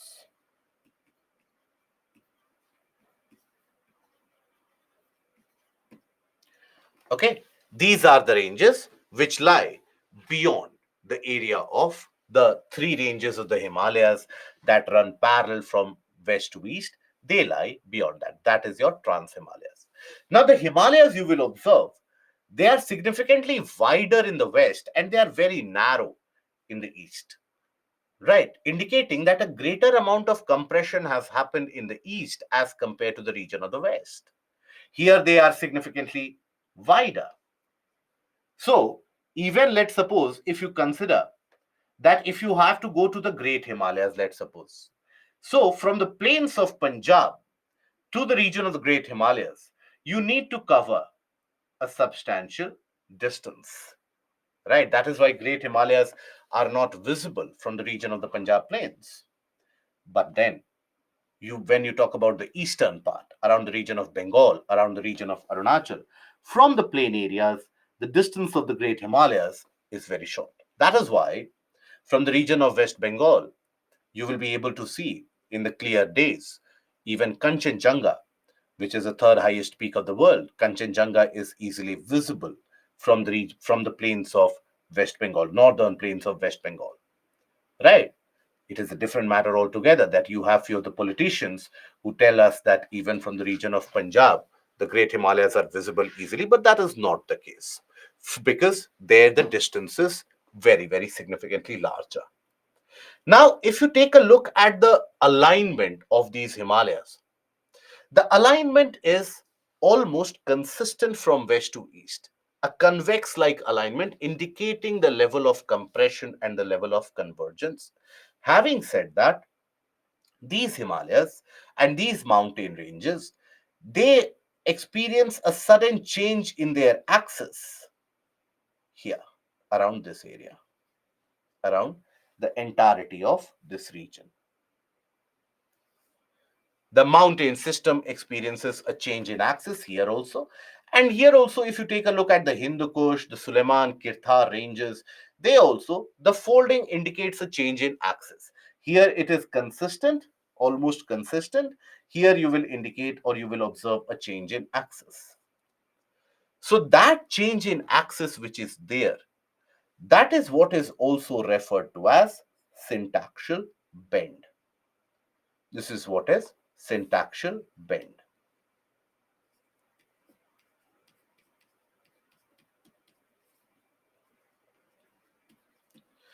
So, Himalayas have syntaxial bend both in the east as well as in the west.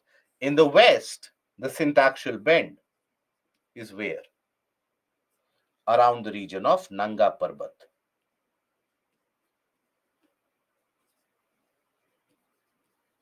And in the east, around the region of Namcha Parva.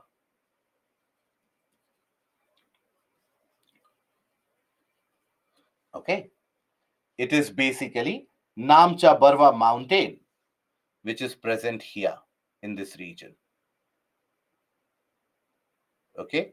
So majority of us have a confusion that Namcha Barwa is in India. It is not the case. Namcha Barwa is beyond the border of Arunachal Pradesh. It is around this area where river Brahmaputra also manages to take a sudden southward turn. Okay. So that is basically the aspect of the Himalayan reaches. Now, because there is a compression which is happening as the Indian plate has been moving forward, this is the region of very active seismicity.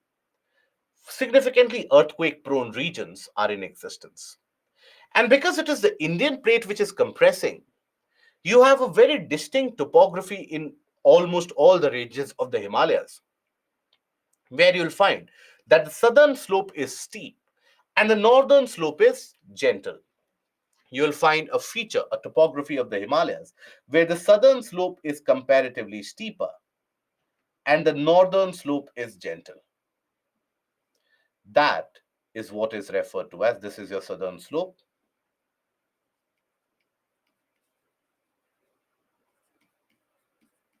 This is your northern slope.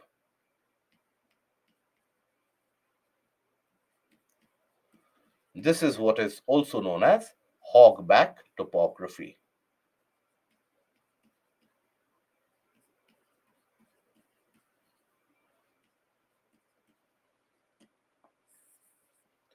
That is what we know as hogback topography, where Generally, if you read the diaries of the expeditioners or the account of the summiteers who summit the large mountains, they will always tell you that summiting or climbing the mountains, for example, the Everest from the north, is comparatively easier. From the Chinese side, it is comparatively easier because the slope is not that demanding.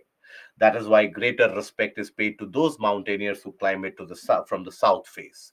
That is why you will find a lot of crowd actually across the southern face of the Everest, but not so much in the northern face.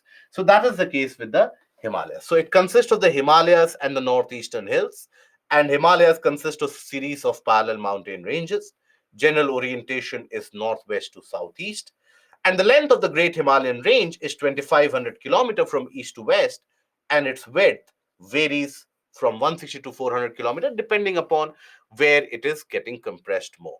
Generally, the width is maximum in the west, width is maximum in the west, and width is very less in the east. Okay, now we're basically now we'll move ahead with the cross section of the Himalayas, but we'll carry this forward after the break. So we take a break of 10 minutes and we'll be back in 10 minutes. Okay, 10 minutes and we'll be back.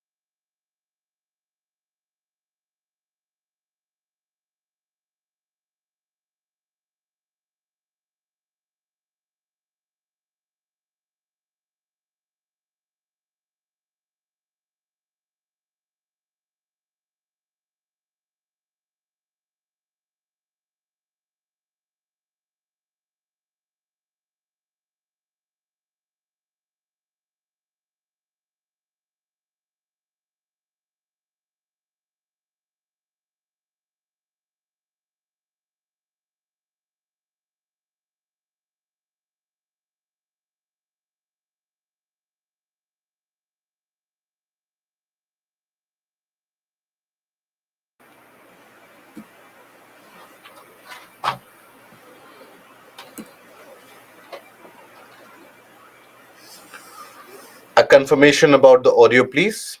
If the audio is available. Thank you. So basically, that is what the Himalayas represent, and that is because of the compression which is happening on the southern side. As the Indian plate continues to push into the region of the Eurasian plate, it is the southern slope which starts getting compressed much more, and that is why you find a feature where the southern slope is much more steeper. That is the slope which is facing Indian subcontinent, that is much more steeper as compared to the northern slope. This is the conditions of hogback topography. Now, if you take a look at the cross-sectional analysis of the region of Himalayas, you'll find something very unique in this case, where you will observe that, for example, if you take a look at this particular image, this is the portion which represents the greater or the inner Himalayas or the Himadri, right? You have the Ladakh range, Kailash range, etc. beyond that. Now here, observe, you have the middle Himalayas, then you have the Shivaliks. Now, in between them, you will find the presence of MCT, MBT, and HFF. What are these? These are basically what we refer to as thrust faults. Okay, these are thrust faults. This is also what is referred to as the main central thrust,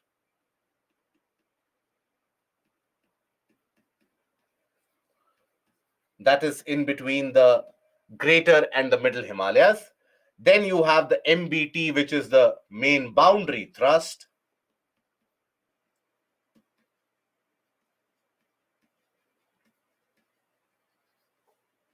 And then after that, you have the HFF, that is what is also known as the Himalayan frontal fault.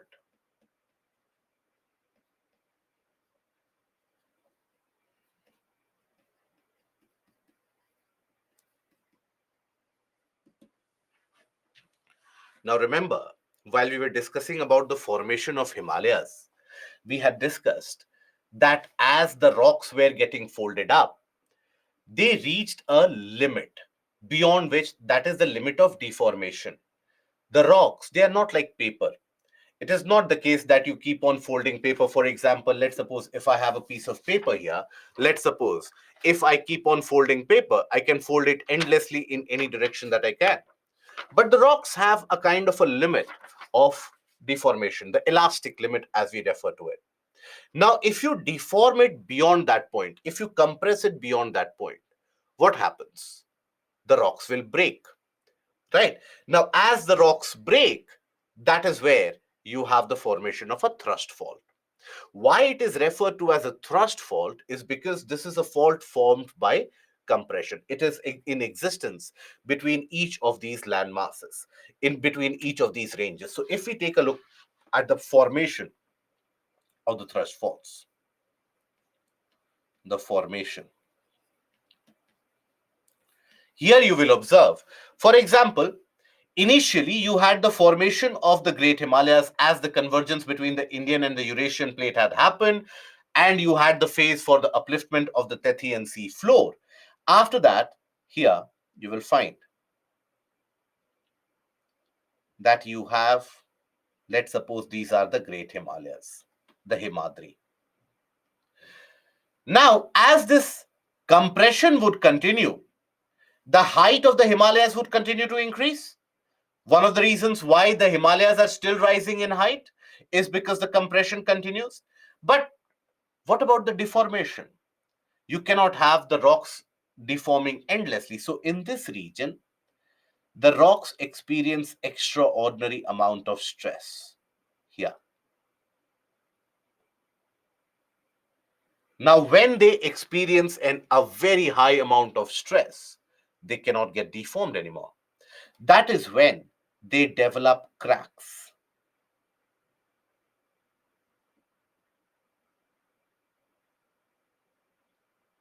Now, these are your thrust faults. Now, further compression as it happens, what will happen? The land will get compressed here. There will be some movement of rocks across this fault, across the fault line. And also, this particular mountain system will get compressed and its height will increase. Right? So whenever there is a movement happening across any of these thrust faults, massive amount of energy is released, and that energy has got the power to shake the earth's surface, and that is what we experience in the form of the devastating and the debilitating earthquakes, which are very frequently observed in this area. Now in this particular region, let's suppose, as we have seen already, that as the compression continues, what will happen? The land which was beyond this, even this land will start getting deformed, isn't it? So you will have the formation of other range, the middle Himalayas. Here you will have the great Himalayas. And this is where the thrust faults, the MCT, will exist, right? And again, as the process continues, there will be a development of a thrust fault here also. And the land before that, beyond that, that will also get compressed. And there will be the formation of the Shivaliks. Okay. Now, this is your MBT. This is your MCT, the main central thrust, the main boundary thrust. And then, as the compression happens beyond that, the compression between the Indian and the Eurasian plate is still happening. Indian plate is still moving at an approximate speed of close to around 2 centimeter per year. So as that compression continues to happen, here there has been a development of another thrust fault beyond the Shivaliks. That is what we refer to as HFF. So the massive earthquakes that you observe frequently happening in the region of Nepal, around the area of Kathmandu, you have, in the past 5 to 6 years, you have had multiple strong earthquakes with an epicenter around Kathmandu. That has been because of movement across MBT, the main boundary thrust. You also experience multiple different earthquakes happening across the northern portion of India. That is across the foothills of the Himalayas and the plain region, and also in the region of the Assam plains. That is due to the movement happening across HFF. And if there is a movement happening across HFF or the Himalayan frontal fault, that is an indicator of the fact that a fourth range of Himalayas, they are coming up very soon. Okay, so in the near future, we will be observing the formation of fourth range of Himalayas. Now, again, let me clarify here that when I say in the near future, I'm not saying within the next 10 years or 15 years. I'm talking about the next 10 to 15 million years. That is when you will we will be able to observe, or basically the planet will be able to witness the formation of the fourth range of Himalayas in the present day area of the plains of northern Uttar Pradesh, northern Bihar, northern West Bengal, and even in the region of the Brahmaputra plains, we will be experiencing the fourth range of Himalayas coming up. So these are the centers of active seismicity. These are centers of very active seismicity. However, nowadays across MCT, you don't observe that frequent earthquakes to be happening, but MBT is a region and HFF is a region which is very frequently experiencing earthquakes of high magnitude.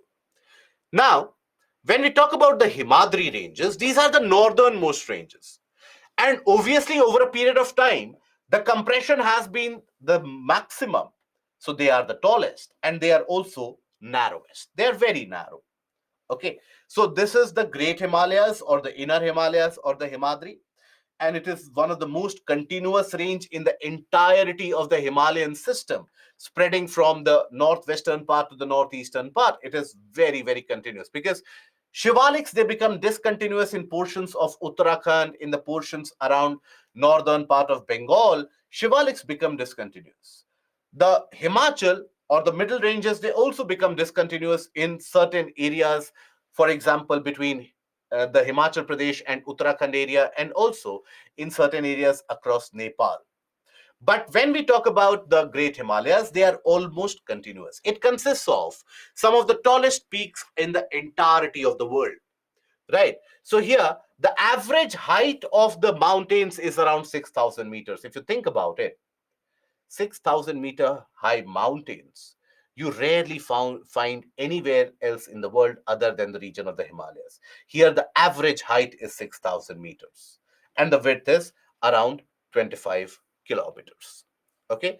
Now, the folds are asymmetrical in nature with a steeper southern slope and a gentle northern slope. So, as you can see, some of the highest peaks of Great Himalayas, that is Everest, Kanchenjunga, Makalu, Dhaulagiri, Nanga Parbat, these are some of the highest peaks which are present in the Great Himalayas. Now, after the Great Himalayas, the next phase of folding led to the formation of the Himachal. Now, it is the range lying to the south of Himadri, and they are mainly composed of very compressed and altered rock. So, both in the region of the Great Himalayas and the Middle Himalayas, you will come across a situation where the rocks earlier might be sedimentary or igneous in nature, but due to millions of years of substantial amount of compression, majority of the rocks have turned into metamorphic. That is something that you will find here. Okay.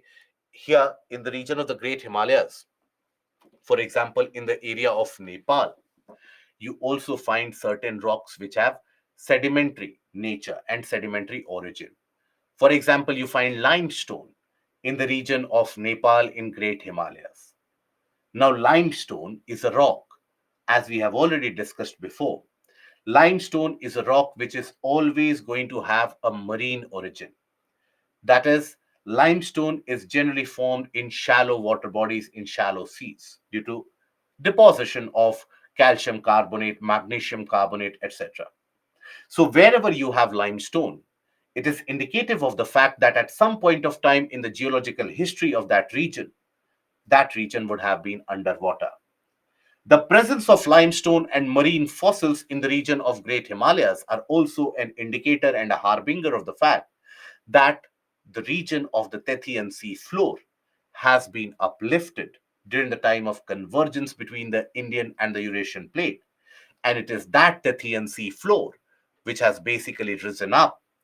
And then you had other folding which led to the formation of these mountains. Now, the altitude in general in the middle Himalayas is around 4,500 meters above sea level on an average. The width is around 40 to 50 kilometers from south to north. And here, you'll find that the mountains of middle Himalayas, they are named differently in different regions. For example, in the region of Jammu Kashmir, you have Pir Panjal ranges, which are considered to be the part of the middle Himalayas or Himachal.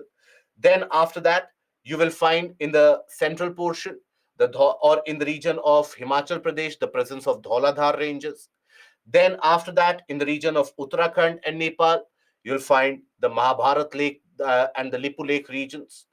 And then beyond that, accordingly, you have the various names of these middle Himalayas. Okay.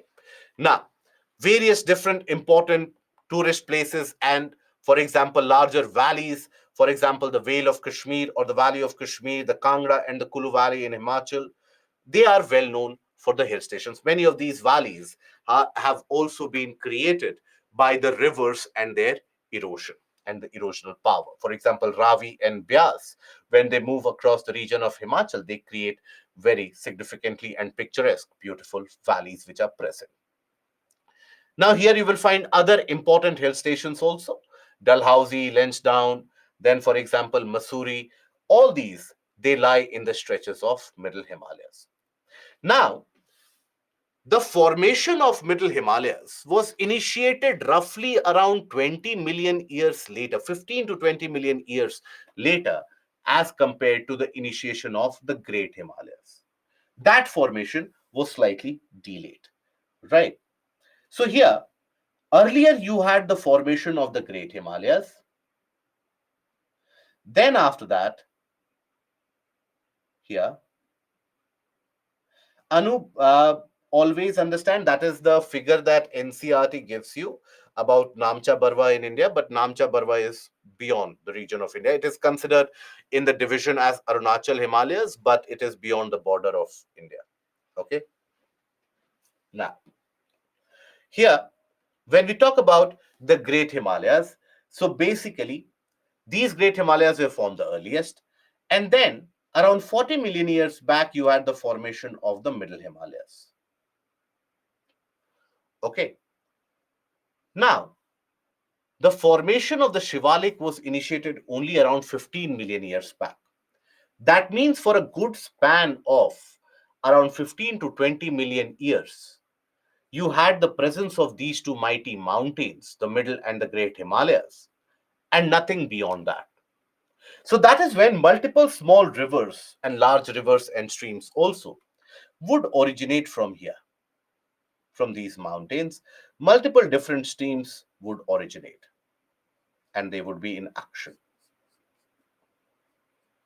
Now, as these streams and rivers would originate and they would move, in this area, they would carry substantial amount of deposits.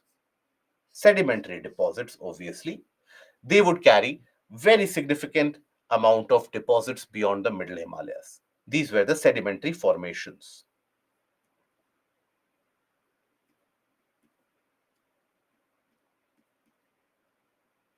Deposits.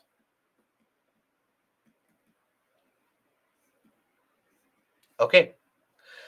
Now, when the folding of the Shivaliks happened, it was basically the folding of these sedimentary deposits brought by the rivers from the Middle and the Great Himalayas. Those deposits were folded to form the Shivaliks. Shivaliks basically are the newest range of the Himalayas where you have the average height of close to around 2000 meters from the sea level. And that is where you have the unconsolidated sedimentary deposits of the rivers from originating from the other two mountain ranges which form the Shivalik. So it is the outermost range of the Himalayas and it is composed of unconsolidated sediments brought down by the rivers from the main Himalayan ranges, that is the Middle and the Great Himalayas. The rivers originating from that are depositing sediments and that folding has created the Shivaliks. Okay. The Shivaliks are also known by different names in different parts, starting with the Jammu Hills in the region of Jammu.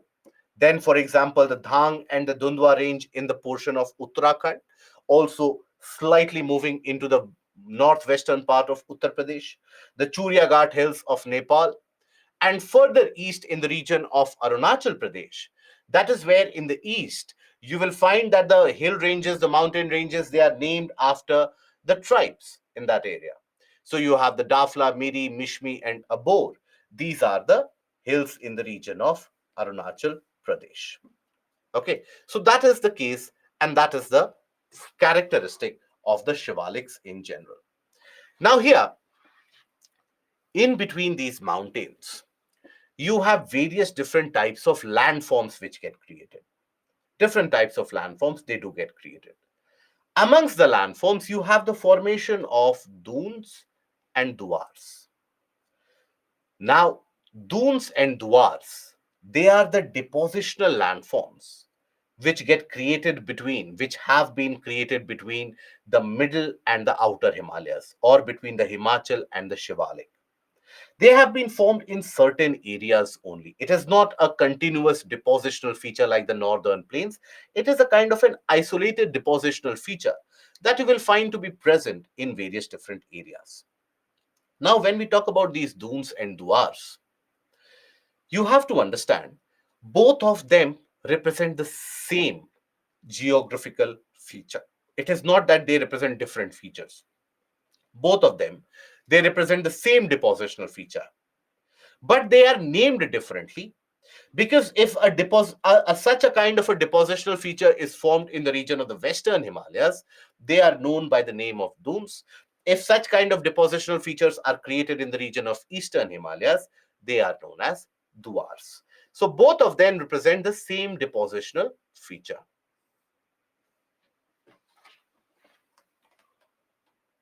Same depositional feature. Western Himalayas, dunes.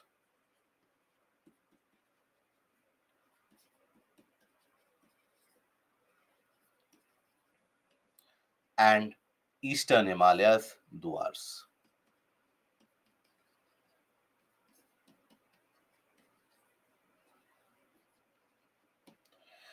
Now, don't get swayed and confused by the definition of it. Understand the process of formation first. What is the process of formation when we talk about these dunes and duars? Now, understand the concept that you have had the presence of the Great Himalayas for a and the Middle Himalayas for a longer period of time, isn't it? Let's suppose we represent the Middle and the Great Himalayas here. Let's suppose in a cascading manner.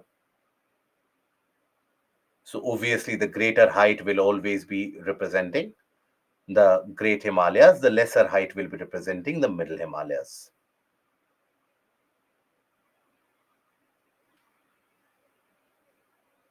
Now,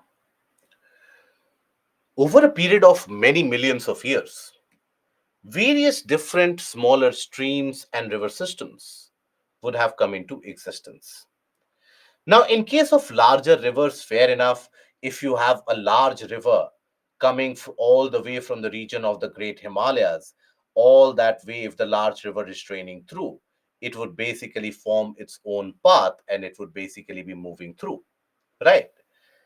But here we are going to talk about the smaller streams which would originate from here, very small streams.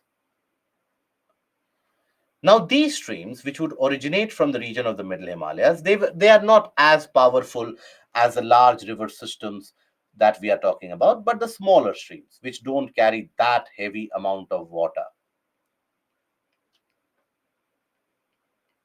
These are your large streams. So they will move unhindered regardless of whatever folding action happens beyond them. Right.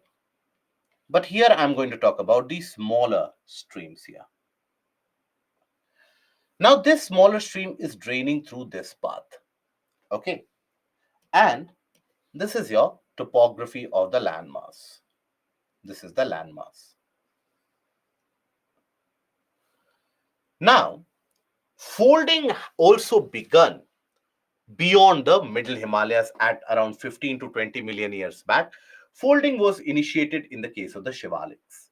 Now, when I say folding, it is not the case in real life. It is not like paper or the kind of a styrofoam that everywhere uniform folding will happen. When we say folding, in certain areas, the foldings will happen. When then maybe there is a gap, then there may be another folding which happens.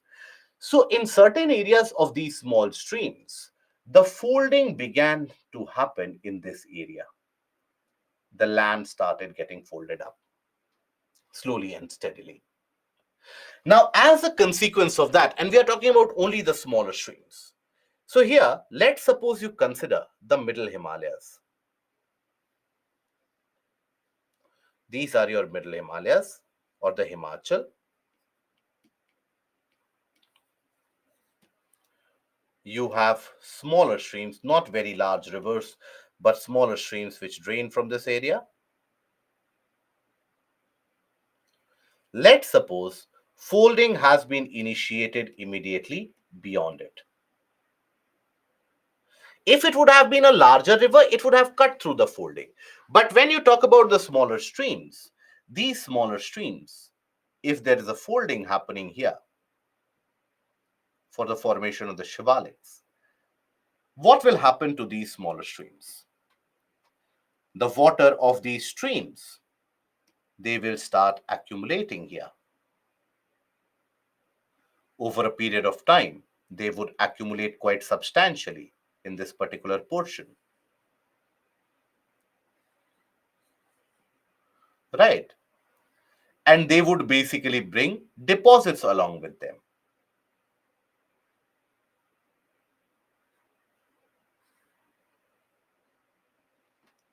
They would bring deposits along with them. Now, these deposits would be formed where? These deposits would be formed in this area. Just like as the river comes, it brings the deposits. So these deposits get created, would have been gotten created here. Now think about it. If we talk about a mountain or a hill, that has got a kind of a conical shape, right? So if the level of water keeps on increasing, eventually the water will find exit from the sides, isn't it? Water will find exit from the sides.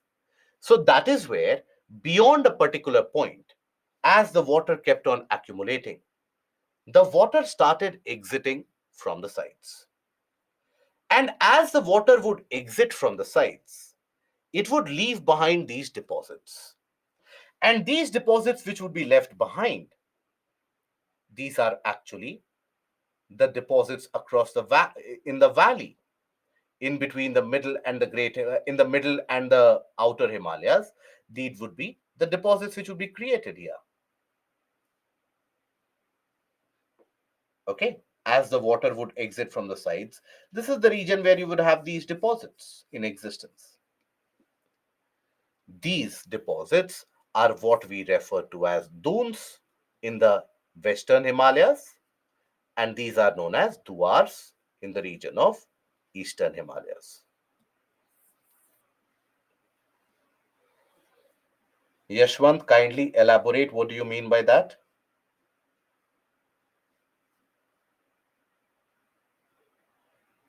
Kindly elaborate, or you can leave the session in that case if you are not convinced that this is a portion relevant for UPSC. Then you can leave the session in that case. Please understand, there is no particular reason why I will teach you anything which is not relevant for UPSC, not important for civil services. That is something which will never be taught in the class. Okay, so always understand that. But if still you feel that this is a portion which is not relevant for the UPSC, then you are free to leave the session. Thank you. So basically, these portions of Dunes and Duars, why I am telling you is because this has been asked in UPSC very frequently. Okay, if you remove that clouded judgment from your mind, this has been asked in the examination very frequently. But nonetheless, it is your prerogative. But these are the deposits which have been created between the Himachal and the Shivalik ranges. And that is what is referred to as the dunes and duars. So when we talk about these dunes and duars, here, these are your depositional features which get created. Now here, folding happens in millions of years, then rivers might cut the raised portions as it is rising very slowly. So understand here, the larger rivers which have got a substantial amount of water flow associated with it, they will be able to cut through it. But that is why I'm telling you that the smaller streams which are there the water would have started accumulating, right? The larger rivers would cut through any kind of a folding. So folding which would have happened on either side, but the river would have cut through. But in the case of the smaller streams, in the case of the smaller streams, that is basically, the smaller streams don't have that power of erosion. So the smaller streams were held back. Now, eventually, as the amount of water would accumulate, they would bring the sedimentary deposit, and the excess water would again basically move around from the sides, leaving behind only those deposits. That is why, if ever you go to the region of Dehradun, and those of you belonging from the region of Dehradun, this is the one of the easiest areas to witness this. You would basically observe in the area of, or in the region of Dehradun, you would basically observe that if you stand in the center of the city, or the famous clock tower of Dehradun, if you stand there, for a large stretch, you will find a plain area in Dehradun, right? Dehradun, in many parts, you will find a plain area. But if you look at the slightly larger distance away, you will find Dehradun is surrounded by mountains. So how come that in between the mountains you have the plain area? That is because of the deposit which has been carried long time back. Now that stream is not existent anymore. That stream might have disappeared, but these deposits have been left behind. So what do you think? These depositional features, will they be fertile or will they be infertile? What do you think? Will they be fertile or will they be infertile? Very good. They will be very fertile because these are your sedimentary deposits, right? So that is why these dunes and duars, they are very fertile land formations. Okay. Again, very quickly, I will repeat it. Try to understand it again. When you had the middle Himalayas which were formed, now from that you had multiple larger rivers also, smaller streams also, which would be originating and moving into the plain areas. Now, as the folding for the Shivalik was initiated, these smaller streams, much of that water was capped and was held, right? And in that water, you had deposits which would happen. Now, that would lead to significant sedimentary deposits. Eventually, if the water level would increase beyond a point, because the shape of the mountain is always conical, the shape of a hill is mostly conical. You won't find a mountain which is square block in shape, it is always conical, right? So, when you have the folding and the mountain formation, which would happen, excess amount of water would basically drain out from the sides, leaving behind those deposits, which are known as dunes in the case of Western Himalayas and duars in the case of Eastern Himalayas. Okay. Will it be a weak plan for construction? Very strong construction activities are not advised there, but nonetheless, this has got substantial amount of sedimentary deposit, which is stable. It is not very. It is not like a city of or the region of Joshimat. Joshimat is and those particular regions are unstable, because when you talk about Joshimat and other such areas, they have been formed as a result of the deposits of a large amount of landslides which have happened previously. So that deposit has created Joshimat. So in those deposits, generally you will find rocks, large rocks on top, and soil and sandy features on bottom. So the pressure of the rocks simply moves the soil. That is why Joshimat observes that subsidence or sinking. But in this area, you have fine fertile sediments which form a thick deposit. Okay. Himachal have limestone like Himadri or sedimentary deposit. Himachal basically will have, see, Himadri also in majority of the parts has metamorphic. Himachal also in many of the parts has metamorphic and a mixture of sedimentary. Pir Panjal ranges in certain portions, they represent the existence of even igneous rock formation, right? In very small areas, they will represent the igneous rock formations also, which indicate an ancient volcanism which would have happened due to the subsidence of the Tethyan seafloor. Shivalik is completely sedimentary. Okay. Shivalik basically is, Rishika is not formed because of accumulation of sedimentary. You had the sedimentary plain formation and that got folded to form the Shivalik ranges. This kind of land can be used for agricultural purposes. Yes. Why? Why it is referred to as longitudinal deposit? Longitudinal because it happens across the similar longitude. That is why it is not very wide. That is why. And these lands are prone to floods. Sometimes, yes, but not always. But sometimes, if there is cloudburst events, it can lead to flood. Is Dehradun a whole city a dune or sediment? What is dune? Dune is basically a sedimentary deposit. What is sediment? The fine particles carried by the river, that is sediment. So, yes. Okay. Dunesh, I think you have received a detailed written explanation of the difference between topography and physiography. The SMEs have replied to that, and that is the sufficient answer. Okay. And right. And then Mount Everest is in Nepal. Yes. Which lies in middle Himalayas. Yes. Why not greatest height in Mount Everest in great is in Great Himalayas. It is not in the middle Himalayas. Mount Everest is in Great Himalayas. That is where Mount Everest, Kanchenjunga, Dholagiri, Makalu, Mansalu, all of them are in the Great Himalayas. That is in the region of Nepal where the compression happened significantly. Understand that compression initially was started in the northwest And then eventually, as the land started shifting to the east, the compression started into the east. And as this compression continued to happen, it was the central portion which continued to get compressed quite significantly. And that is where the central portion got uplifted. So Mount Everest is in the Great Himalayas, in the Himadri ranges. Okay. Himadri is a resultant of, in some portions, the upliftment of the Tethyan seafloor, and in some portions, the upliftment of the continental collision. Okay. Dehradun, Kotlidun, and Patlidun, these are names. These are names of places. It is not a physical feature, it is name of the places. Okay. Right. K2 is in which range? Hmm.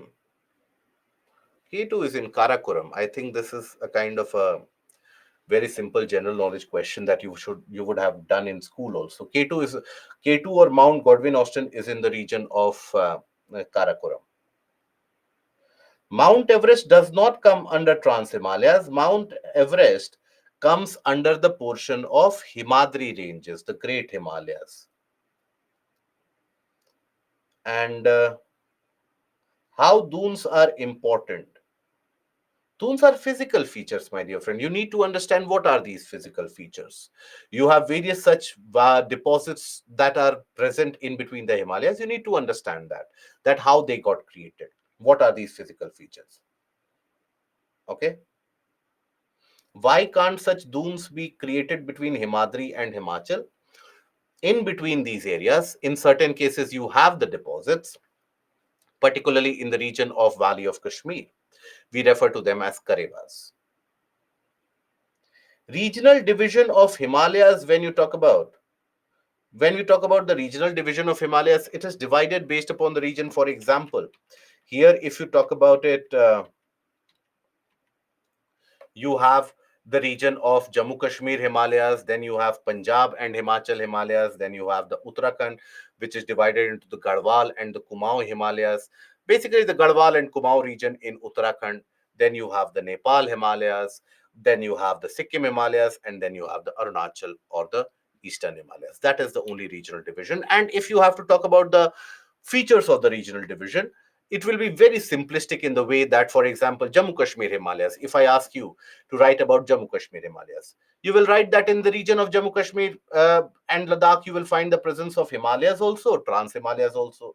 You'll find all the three ranges parallel to each other. They are named as Pir Panjal in Middle Himalayas. They are known as basically the Jammu Hills in the region of Shivalik. They are Zaskar, Karakoram, Ladakh. They are present in Trans Himalayas. Punjab, Himachal, Himalayas are where you have a lot of rivers moving through. Here also you'll find all the three ranges. You will find some deep valleys. Uttarakhand, you will have the Garhwal, Kumaon region. That is the regional classification. Okay. Is Pir Panjal range a part of Himadri? Is it the case that in the morning session we are unable to concentrate or something like that? Here we have discussed that in the region of Himachal Himalayas, we have discussed that Pir Panjal range forms the longest range in the Himachal Himalayas. Where is that doubt coming from? Don't Himadri ranges move towards Tibet? Some portion of it will lie in certain extent in the region of Tibet, but not exactly in the portion of the Tibet. Okay.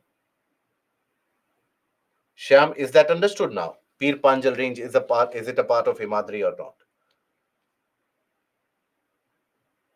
Which kind of means question is asked? We'll come to it. We'll come to it. Now we come to another feature which you find in the region of the Himalayas, and that is what is known as chos or khos. Now, this is basically a feature observed in the southern ranges of the Shivalik in the western Himalayas, particularly in the Punjab and Himachal Himalayas. So, this is a kind of a feature observed.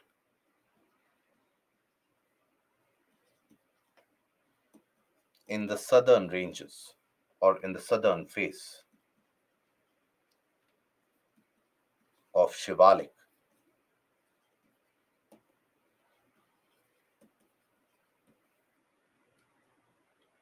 in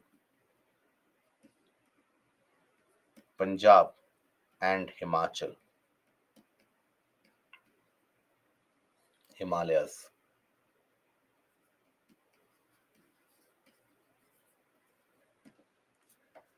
Now, what happens is that the southern slope is very, very steep. We know that the southern slope is very steep. We know that there is in existence a kind of the presence of hogback topography. So let's suppose we consider the southern slope.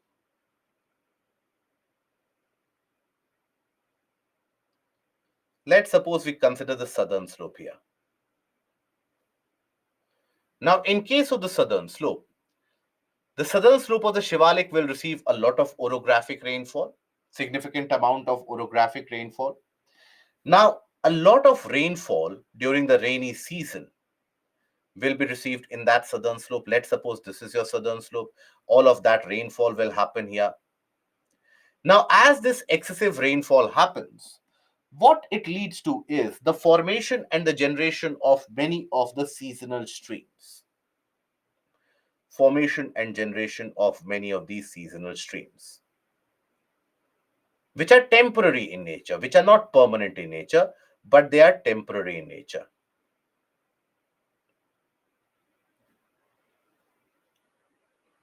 Now, these streams, as they start rushing down, these are seasonal in nature, which have come into existence only because there is excessive rainfall.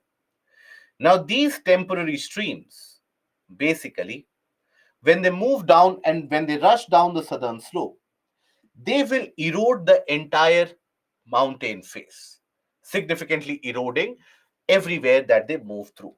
So these are locally what are known as coasts or shores. Okay. These seasonal runoff stream generated due to excessive rainfall, particularly during the monsoon months across the southern slope, which erodes the landmass in that area, creates deep gullies and ravines in that area. That is what is known as coasts. So that basically these coasts, they make the slope of the Shivalik in the western part, they make it unutilizable. This is one of the reasons why you won't find tea cultivation, particularly in the face of the Shivaliks, southern slope of the Shivaliks. You don't find tea cultivation taking place. Whereas in the region of the eastern part, you will find that tea is cultivated in the face of the Shivalik also. But in the western part, because of this particular feature or the formation of the coast, you will find that there is not much cultivation which takes place. So that is what is a feature which we refer to as coast. Then we have the karevas. Karevas are also valley-like deposits with a feature very similar to that of the dunes and duars, but they are formed over a very large area. They have been formed over massively large area. Here, it is not the case that isolated hill or an isolated mountain will be forming a blockage of the river movement. Here, you had the situation where on one side you had the Trans-Himalayan ranges and you had the Great and the Middle Himalayan ranges on the other side. So as that folding was happening, many of the streams,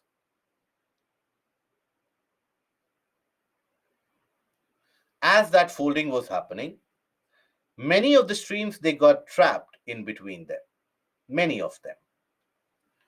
Many of these streams, they get trapped between them. And as the streams would get trapped, they would form a very large lake. An excessively large lake would be formed and created. Now, this excessively large lake would eventually form deposits, isn't it? These would form deposits. Now, this happened over an area as large as close to around 5,000 square kilometer.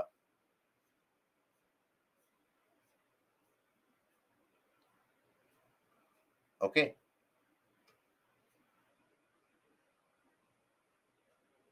These deposits would happen over an area as large as 5,000 square kilometer. As you can see, in that entire spread, these deposits happen. Eventually, as the water level increased around the region of Baramulla, that is in the region of Jammu Kashmir, you would have heard about the ancient trade route passing through Baramulla, very important town in Jammu Kashmir. So around the region of Baramulla, through that Baramulla gorge, that excess water drained away, leaving behind these deposits. So that water exited, leaving behind these deposits. And these deposits are what? These are also what are known as lacustrine deposits. Lacustrine deposits basically is a name associated with a deposit created due to a large lake. So that is what we refer to as karevas. Very, very fertile.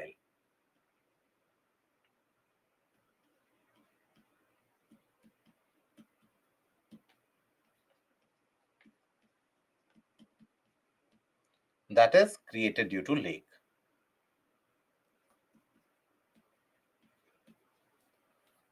From a large lake.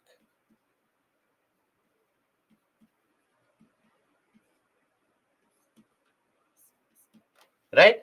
So it is said that on one side you had the Pir Panjal which started getting folded up, and that started obstructing all the streams and the rivers which were draining from the Trans and the Great Himalayas. And that is where you had a series of such deposits created and you had large lake formation.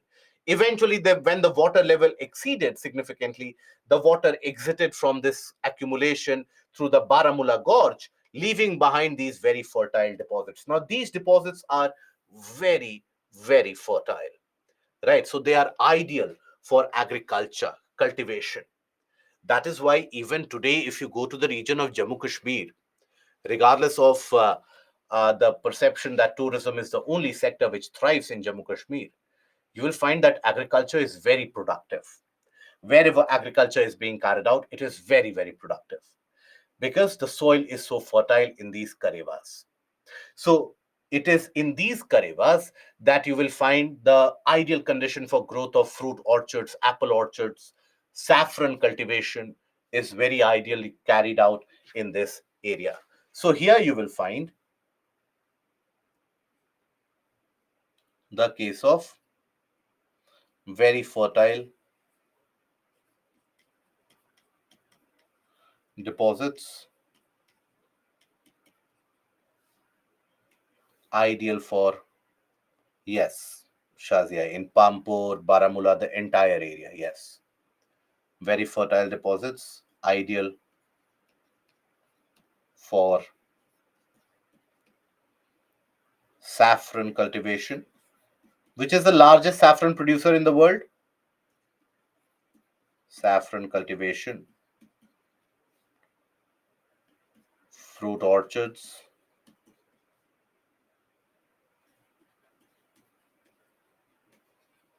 etc. Good, Dhyan. Ziba, Purva, Shazia, correct. Abhijit, correct. It is basically Iran, which is the largest saffron producer in the world. And Jammu Kashmir basically has got the potential to upturn Iran because of the fertility of the soil. Now, here, majority of you have the same doubt that what is the difference in, now you are saying that the karevas are also formed like this. Earlier you had said that the dunes were also formed like this. So what is the difference? What are we supposed to take as the difference between karevas and dunes? First of all is the aerial extent, the area coverage. Dunes and duars are present in small isolated areas. Karevas are spread across a very large region. Dunes and duars have been formed in isolated areas, small areas. They are not continuous formations, small deposits in between the middle and the outer Himalayas. Kareva formation has happened across a large valley region between the Trans Great Himalayas on one side and the Middle Himalayas on the other side, right? That is basically one of the major differences between dunes, duars, and the karevas. The process of formation is similar. If you take a look at the entire mechanism of formation, that is almost similar. But then these are your differences which distinguish them. So dunes, well, for example, Dehradun. You don't have a nearby dune in that area. So it is a small isolated deposit. Karevas, as I told you, 5,000 square kilometer was the extent in which the water had accumulated. So it was a large area. Okay. So this is basically the fertile deposits of Karevas. Now, when we talk about these mountains, now in these mountains, as you move across a particular height, you won't find the presence of forests or the trees, because with a greater height the trees they cannot grow. You would have observed in general in the mountains also, beyond a certain height the trees don't grow, because not only does the temperature reduce, but the wind factor also becomes so strong that the trees are unable to withstand that onslaught of the wind. So beyond a particular height you will find the presence of only grasses and the grasslands. Right. Now, when you have the presence of these grasses or grasslands, basically, many of them are seasonal in nature, particularly in the region of Middle Himalayas. That is where you will find the conditions ideal for the growth of grasslands beyond a height of around 2,500 meters or around 3,000 meters from sea level. You'll find the growth of grasslands which are seasonal in nature. Now, these seasonal grasslands, during the summer season, they will paint the entire area with lush green vegetation. But as soon as the winter comes, the entire region is covered under thick deposit of ice and snow, very thick deposit of ice and snow. So that is when you will find that the region becomes again barren. Again, the summer season comes, melting of ice happens, again, these seasonal grasses will come back. So that is a regular and a consistent feature. Now here, these seasonal grasslands, they are known as bugyals, particularly in the region of Himachal and in the region of Uttarakhand, they are known as bugyals. But you have these seasonal grasslands in the region around Anantnag and so on. In Jammu Kashmir also you have a lot of these seasonal grasslands. Now these are the bugyals. Now these are utilized by the nomadic community, the nomads, who basically move up the mountain along with all their cattle, all their animal. They tend to move up their mountain. They carry out the grazing of the land. They carry out the grazing of the grasses.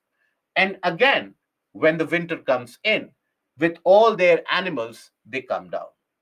Again, the next summer, for pastoral activities, in order to seek fresh pastures for their animals, they will again move up and reach the region of the grasslands.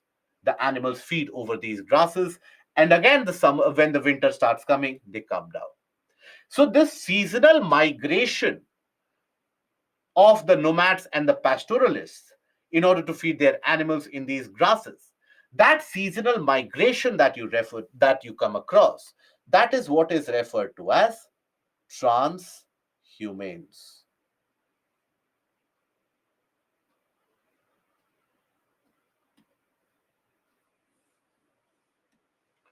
That is what is known as transhumans. Okay, various different tribes, they carry out this particular, and various different groups, they carry out this traditional activity of transhumance, and they have been carrying this out for long time, for hundreds of years, if not thousands of years. They have been carrying this out for a very long period of time. So you have various different communities and groups. For example, when we talk about, let's suppose, the bhotias, the bakarwals,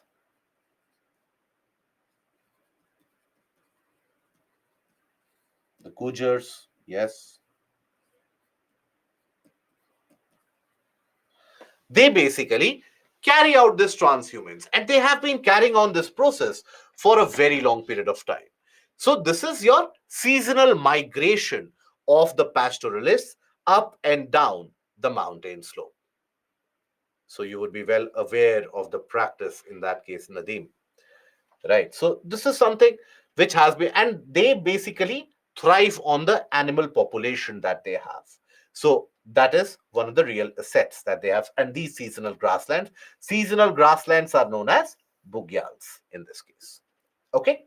Now, when we come to pastoralists, are basically the ones who simply ensure that the main occupation is where they carry the animals for pastures. That's it. They are pastoralists.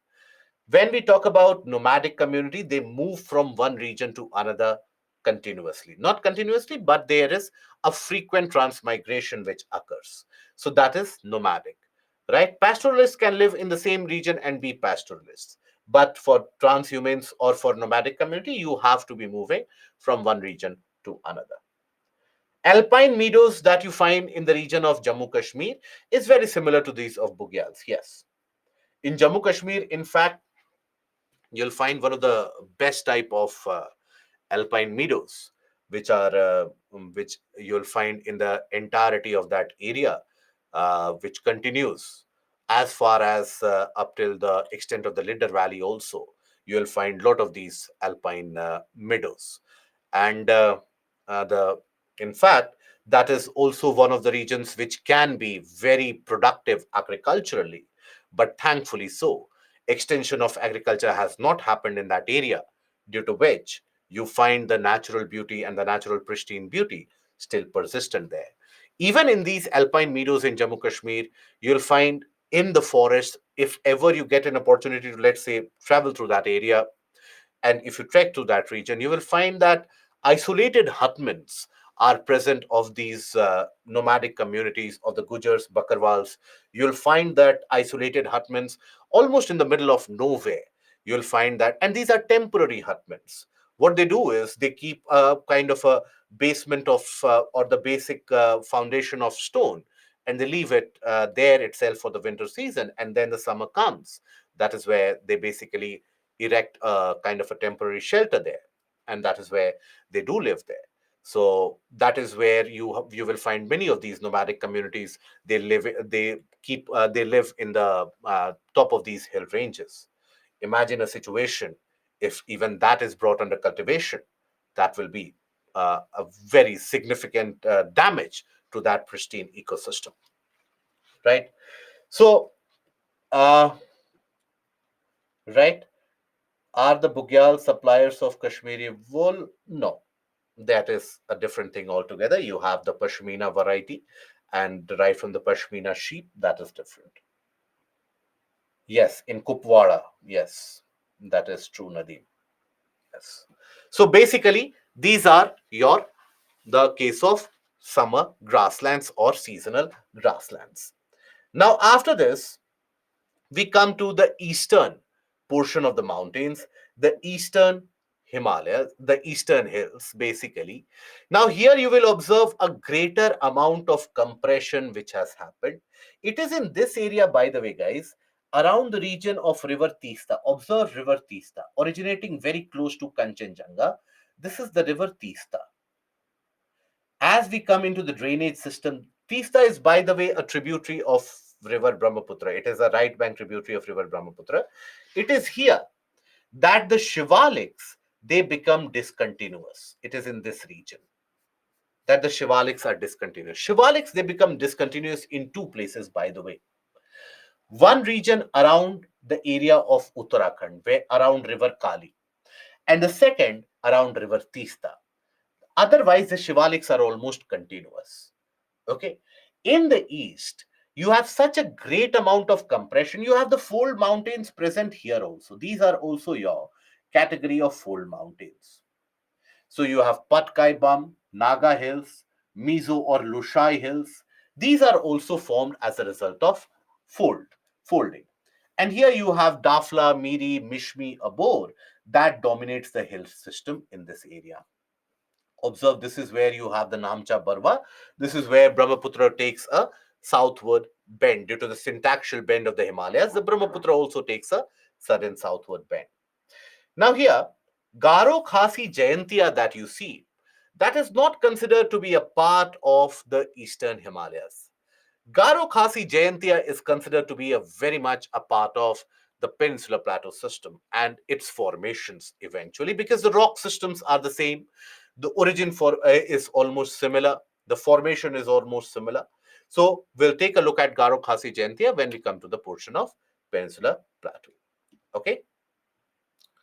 Chos or Kos Shalu is basically where you will find that across the southern slope of the Shivaliks in the western Himalayas, particularly in the region of the Punjab and Himachal Himalayas, that is where you will have, during the monsoon season, excessive amount of rainfall across the southern face of those hills. And when you have that excessive amount of rainfall, it will lead to the generation of multiple seasonal streams which would not be in existence otherwise. But because you have the mountain slope, lot of various different formations, a lot of various different seasonal streams will come into existence, and these seasonal streams eventually will erode that entire area, leading to the formation of curse. Lakshmi, why I have referred to that as a summer grassland? It is a grassland. Why I have referred to it as a summer grassland? Because it is prominent in summer. In the winter, many of these areas are dominated by ice. Okay. Why Shivaliks are not constant around the river Tista is because there you have the erosion carried out, and there in between Raidak and the Tista river systems. Raidak is a river system very close to Tista. That is where the forces have not allowed the folding to happen, and the shifting of the rivers consistently from one region to another, they have eroded the entire area. They have not allowed the fold to come up. Okay. Karevas Shyam are observed in between Great and Trans Himalayas on one side and the Middle Himalayas on the other side, in the region of the Vale of Kashmir or the Valley of Kashmir. Now we come to the northern plains. Now, when we talk about northern plains, these northern plains, they form one of the most fertile tracts across the entirety of the world. It is drained by massive river systems of Indus, Ganga, and Brahmaputra. Now, these northern plains, they also have a division. For example, the region of Punjab and Haryana, that is also what is the Indo-Gangetic or the Upper Ganga plain. Then, in between the river Indus and river Ganga, then you have the Middle Ganga plain, Lower Ganga plain, which is also referred to as the Rad plain, and then all the way till the region of Assam, where you have the formation of the Brahmaputra river system and the Brahmaputra plain. Now, if you take a look at these particular northern plains, their elevation is almost close to the sea level, almost around 100 feet or 200 feet above sea level in most of the cases, but almost up till sea level.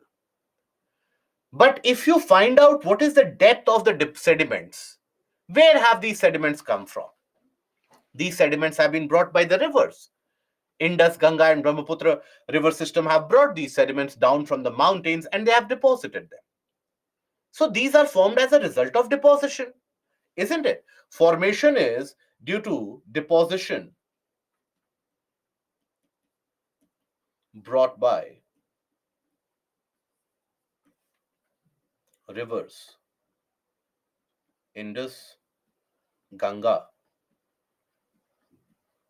and Brahmaputra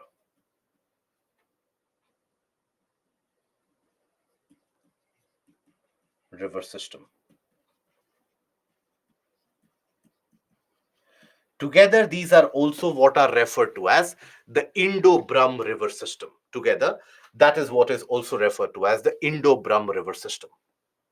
Now, if you take a look at these sedimentary deposits, in many of the places, they have a depth of more than 2 kilometers. Think about it. How is it possible that a plain which is now at a sea level, how can it have a deposit up till a depth of 2 kilometers? So, various different theories have been given by Koteshwaram and various different types of geographers. One of the most lasting theories and the most relevant theory to explain the formation of the northern plain has been provided by Edward Seuss. Edward Seuss, who provided the concept of four deep. Four deep. Four means in front, and deep means a depression. So this tells us about the entire formation of the northern plain. And the concept is very simple. The concept goes around to say that let's suppose you have the landmass. Let's suppose you have a kind of a landmass. Now, in this particular landmass, if there is going to be a fold, let's suppose, if there is going to be an upfold, in order to gain balance simultaneously in front of that fold, is going to be a depression also which is going to be formed. Because rarely will you find a condition where you will find a fold like this and regions plain all around it. That is not how it works. If you have an upfold, there will be a depression or a downfold created simultaneously. So, as per Edward Seuss and his concept of four deep, here the aspect was that as the Indian plate with the hard igneous peninsula plateau rocks, as they were pushing forward, now you had the fold in the formation of Himalayas, in the form of the Himalayas. That fold was there. But in front of that fold, you had the formation of a kind of a deep geosyncline or a kind of a deep depression with a depth which is estimated to be around 2 kilometers or 3 kilometers. Now, this is where you had the Peninsula Plateau, which had so many hard rocks that could not be folded. Peninsula Plateau, that is hard rocks. Now you had all the major rivers from the Himalayas draining into this deep depression, and that is where they started depositing the sediments. So in this entire area, you had sedimentary deposits.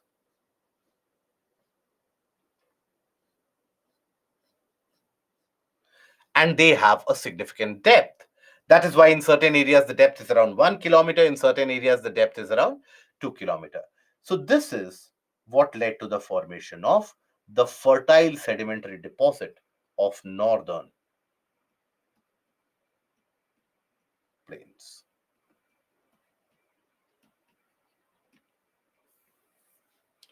Okay, that is what leads to the fertile deposit of northern plains. That is the case of the formation of northern plains, and this particular deep depression which was created, that is what is referred to as four deep.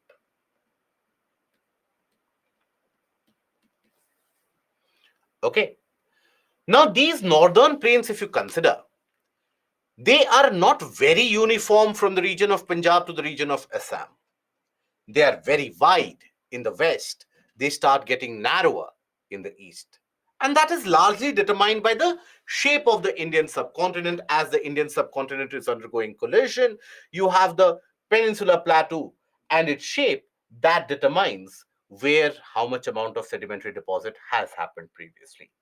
So here, if you take a look at it, these northern plains, they are formed by the alluvial deposits brought down by the rivers, the Indo-Brahm rivers, that is the Indus, Ganga, and the Brahmaputra. They extend approximately 3,200 kilometer from the east to the west. The average width is around 150 to 300 kilometer, and the maximum depth in certain cases can be even 2 to 3 kilometers. They are widest in the west, widest in the west, and narrow in the east. Okay. Now, even when we talk about these northern plains, let's suppose if we talk about from the foothills of the Himalayas right up till the extent of the Peninsular Plateau, it is not as if they will have a consistently uniform feature. That is not the case. They will have varying conditions and varying feature. For example, immediately to the foothills of the Himalayas, you will find the rocky and the stony Bhabar tract, followed by the marshy Tarai tract, followed by Bhangar and Khadar. So what are these? They basically, this tells you that the northern plains, right from the foothills of the Himalayas, right up till the river systems, they don't have a uniformity in terms of its structure. It is variable. So, for example, let us suppose we talk about the region of the mountains. Now, as a river drains from these mountains, let's assume a large river drains from this mountain.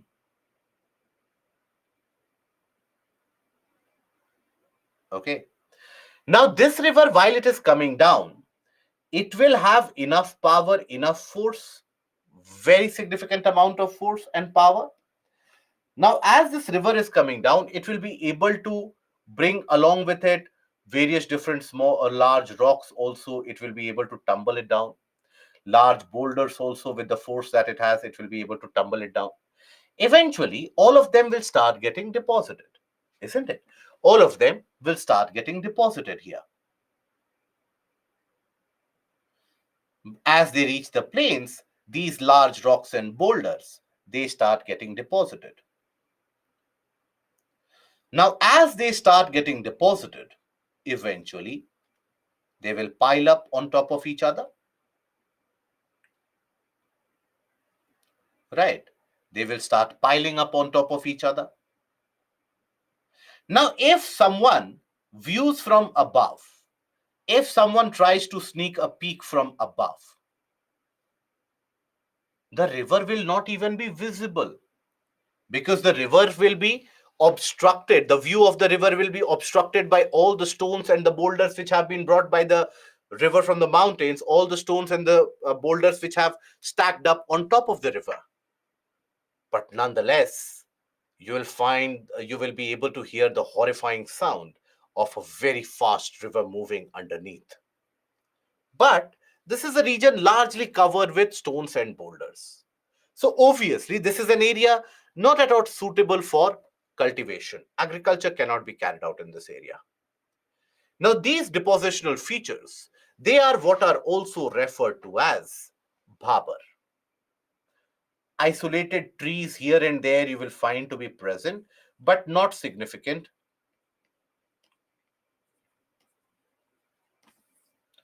Cultivation cannot be carried out. That is your bhabar tract.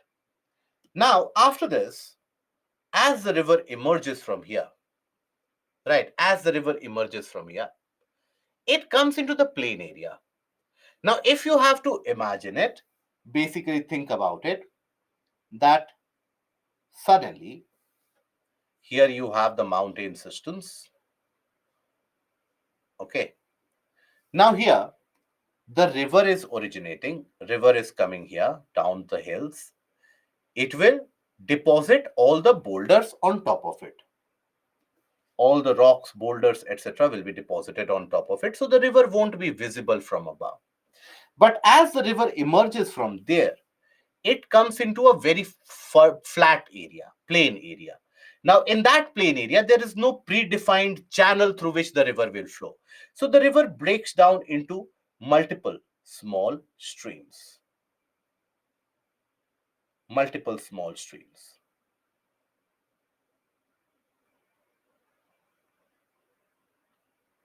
So the entire region in this area to the south of Babar, the entire region to the south of Babar will have multiple such streams of the rivers, multiple of them. So the soil will be muddy, marshy. You will find very dense vegetation. And wherever you find very dense vegetation, significant amount of wildlife will also be found there. So very rich in biodiversity. But after some distance, all these streams, they actually end up accumulating in the river channel.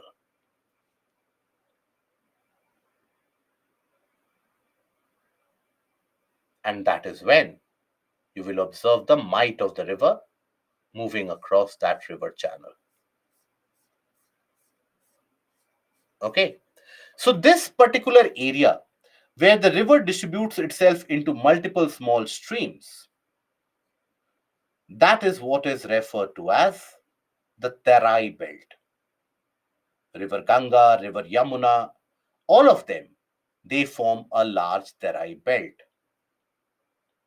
In fact, in the case of River Ganga, if you ever have traveled, let's suppose, or trekked through the region of Rishikesh, okay, slightly to the north of Rishikesh, northeast of Rishikesh. And as you follow River Ganga, you will observe this Bhabar tract in the vicinities of Rishikesh and Haridwar. Haridwar is the area where the River Ganga enters the plain region. Haridwar is where it enters the plain area. So in between Rishikesh and Haridwar, you will find this kind of a Bhabar tract, and it is there if ever you travel by road there. Now you will find that large, rather than a very large river which becomes after Haridwar, you have that large river formation, but after, before that, around the region of the Rajaji National Park, you will find that River Ganga actually starts branching into many small streams flowing across the flat lands, and they basically make the soil so very damp and muddy. That is the Tarai tract, and that is very densely forested. That is why Rajaji National Park, the Dudhwa National Park, Corbett National Park, many of them, they lie across this Tarai belt, which is significantly rich in terms of biodiversity. Okay, those of you belonging from that region would have observed this. This is your Tarai belt. Now, beyond this, the rivers, they drain through a predefined river channel,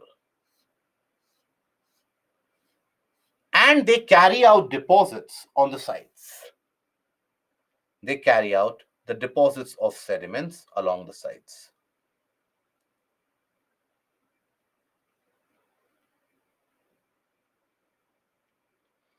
Okay? The deposits of the sediments are carried on the sides. These deposits of sediments that are carried out, this is what constitutes your alluvial plain.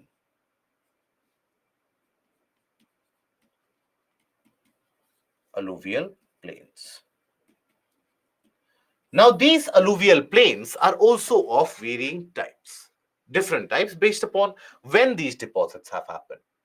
So, to understand this, think about it. For example, let's suppose we consider a floodplain of a river.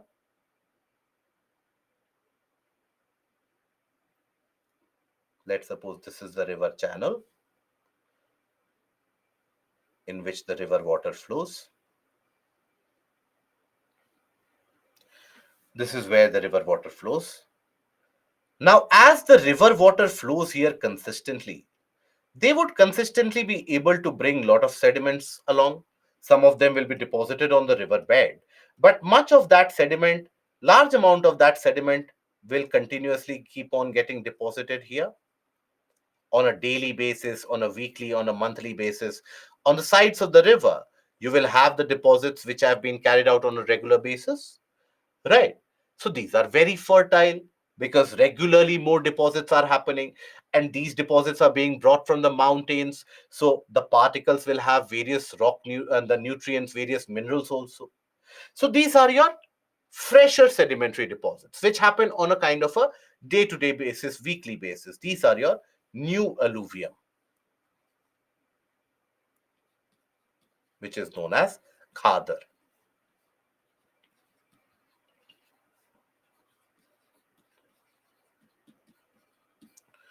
Newer deposits, which is also what is known as khadar.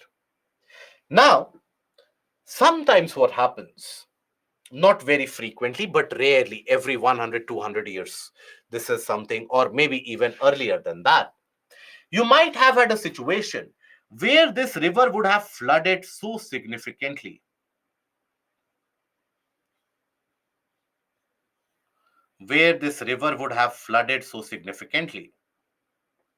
that it would have carried out deposit in that entirety of the wide region. Okay, it would have carried out deposit in the wide areas here also. Let me represent it by a different color. Deposits which would have been carried out here also.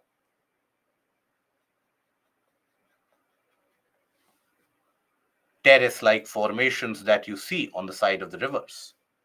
Now, these are your deposits which have been carried out long time back, when the river would have flooded. Now, after that flood would have receded, after there would have been a receding in the flood, the amount of water, these sediments would have been left behind. Now, these are your older deposits, very old deposits. So, obviously, they will not be as fertile as the newer deposits. So, these older deposits,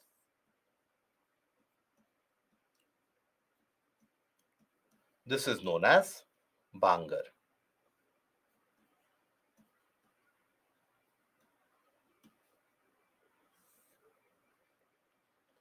Okay. Generally, you will find, obviously, newer deposit is very fertile. Older deposits, over a period of time, the particle size keeps on increasing. Why?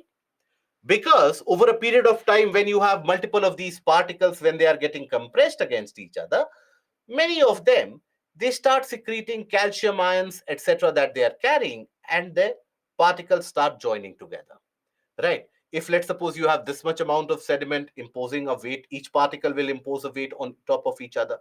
So the lower levels will experience that weight. So the lower particles, whatever calcium ions, etc., that they are carrying, that will start sticking with each other. So they form large calcareous formations, which is also known as conker.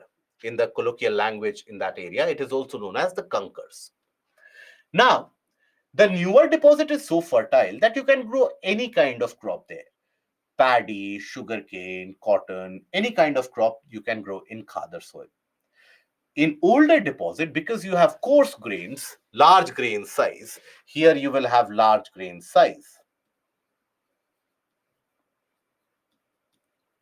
Large grain size. As a consequence of this, here crops like maize, pulses, millets, etc. These are the crops which are grown in this area. In this area, almost any kind and every kind of crop can be grown here, right? Yes, in Western UP and Haryana also you'll find that Bangar soil, right? But Khadar is very, very close to, Khadar is always very close to the river channel. So, for example, when you are talking about the banks of river Yamuna, Khadar soil. But if you talk about the region of Haryana, um, away from river Ganga, so away from the river Yamuna, the Ganga river system that is inclusive of Yamuna, as you move to the west of Haryana, you will find coarse grained soil. That is where ideally what should be grown? Maize, millets, and pulses. Some kind of soybean, or sometimes soybean also can be grown there. Okay. So that is basically the case of the alluvial plains. They are not monolithical or they are not uniform. They are of various different types. Okay. Uh, Kaziranga Chandrajyoti is actually the alluvial plain and also the Tarai belt, some part of the Tarai belt, but mostly the alluvial plain formed as a result of the Brahmaputra river system. That is why every rainy season, Kaziranga experiences floods. Okay. So Bhabar, it is a narrow belt of 8 to 10 kilometer parallel to the foothills of the Shivaliks. Now the rivers, they disappear in this zone as the rivers deposit heavy materials of rocks and boulders. So it is not as if the river vanishes, just that you are not able to see the river. Why? Because that river is actually hidden under these rocks and it still moves. That is why I say that sometimes during the rainy season, when you actually go there, and uh, in many of these hilly areas, when you go camping in the region, for example in Himachal, you will come across many of these Bhabar tracts. You hear the loud noise that the river makes, but you are unable to see that. That is very, very horrifying in many of the cases. So that is your Bhabar tract, not fit for agriculture, but isolated trees here and there can always be found. Okay. Then to the south of Babar, you have the Tarai tract, the Tarai belt, approximately around 10 to 20 kilometers wide, and streams and rivers re-emerge without any properly demarcated channel. So they will distribute themselves. Again, they will come together eventually, but in that region, they will distribute themselves. So here the soil is marshy and swampy in nature, and that is what is known as the Tarai belt.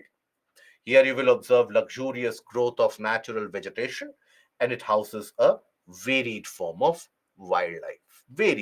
A varying form of wildlife you will observe there. Okay. Alluvial plains divided into Khadar and Bangar. Bangar is the older alluvium along the river beds where the older deposits have happened, maybe because of older flooding, and the newer alluvium is Khadar. So oftentimes the older river terraces, they are impregnated with calcareous concretions, which we refer to as kankars. Okay, so that is basically the alluvial plain system. Now here again, if I can show you with the help of an image, uh, do we take the PYQs? Okay, we'll take the PYQs. But just to show you the image here, here you have this is the regional division. This is the region of Upper Ganga Plain. This is the region of Middle Ganga Plain. This is the region of the Lower Ganga Plain, which is also referred to as the Rad Plains. Okay, this is your Assam Plain. Okay, so that is the the regional classification of the northern plains. Okay, now very quickly, let us cover the portion of deserts, the Thar Desert. Now, when we talk about the Thar, the desert across the western portion of Rajasthan, it was not always a desert. In fact, Thar has been a desert for very short duration of time. It is only very recently that you find the presence of desert in the region of Rajasthan.